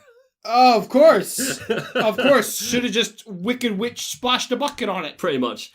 So the credits roll, but in typical Metal Gear fashion, we're not done. So everyone returns back to Mother Base. Metal Gear Zeke is now fully operational. Naked Snake, or the Big Boss, finally embraces the name Big Boss. This game ends with going, I'm now Big Boss. Aware that there are dangerous enemies out there, they arm Metal Gear Zeke with a nuke, planning to use it as a deterrent. Where does everybody get nukes from? Actually, no, fairness, I think that I'm pretty sure he nicks one from this facility during Peacewalker and brings it back with him. I feel like nukes are just shockingly freely available in this series. Yeah. So they're going to use... Just pick them up at the corner store. What? Let's just nick out to Morrison's, grab a nuke. Grab a nuke, yeah, just take one off the shelf. I don't know, Walmart sells like rocket launchers, right? Is that correct? Am I wrong? No! I don't know, man, I always assumed that... What? Look, I'm not American. Walmart sells a lot of fucking things. Rocket launchers are not one of them. Oh, I thought you could buy like a bazooka from Walmart. There you go, that just shows how sheltered I am. So... I feel like the UK understanding of America is simultaneously so right and so wildly over-exaggerated. Yeah. So... After all of this, they decide, they arm Metal Gear Zeke with a nuke, planning to use it as a deterrent. Now, Zadranov, you remember Mr. Handman? I do, yes. Yeah, he tries to break out of his cell by using his prosthetic hand and shooting it off his wrist like a rocket. Do you think you could put a nuke in that one? No. He can't be a Metal Gear then. Can't be a Metal Gear. Big Boss... Only Metal Gears can fire nukes. During the fight, Big Boss kills him. Straight up kills him in cold blood. But it's clear he was helped in his escape attempt. Someone on Mother Base is a traitor. The traitor, Paz. Wow, I'm shocked that the person who was with him is on his side. Is this meant to be a twist? Honestly, no, it's very much like he kills him, Big Boss looks at the body and is like, someone must have let you out of here, and then Kaz goes, Boss, Paz is stealing the Metal Gear, like it's immediately afterwards. So yeah, the twist is that Paz was a baddie. Well, I mean, duh, she was with him the whole time. So when Zadranov appears and he's like, I've been the villain all along, Paz is like, what? No! In a really convincing way. So basically, but the most important thing is that Paz works directly for Major Zero. That's the most important part. Paz, just to check, looking at this, so are they Cypher? Yes. Okay, they are Cypher. This is where we get very annoyingly confusing, because rather than Major Zero just calling his alternative organization Patriots, at this time Cypher is basically the Patriots, before the Patriots, right? Didn't they already call it the Patriots though? Yeah, it's a whole thing. So it's the Patriots, then Cypher, then Patriots? Pretty much. Dumb. So just take it for dumb. now, because Cypher's now a big deal. We will be referring to Cypher quite a lot. Whenever I talk about Cypher, I'm basically talking about Major Zero's Does Patriots. Cypher appear in different games? Yes. Oh. So Cypher, right? Paz works directly for Cypher. She's like one of the leading agents. Oh, shit. She's not actually 16. At 18? Oh, okay. No, not important here, right? This is really important. She's not actually 16 years old, like we were told at the beginning. She's actually cosplaying. 20. She's actually 21, and you can't see because in this that's image. just such a difference. You can't see it in this image, but she's in her underwear aboard Metal Gear Zeke. This is the only reason I can imagine they changed it, is so that you don't feel weird about Paz being in her underwear. Honestly. Why? I know. That's I know.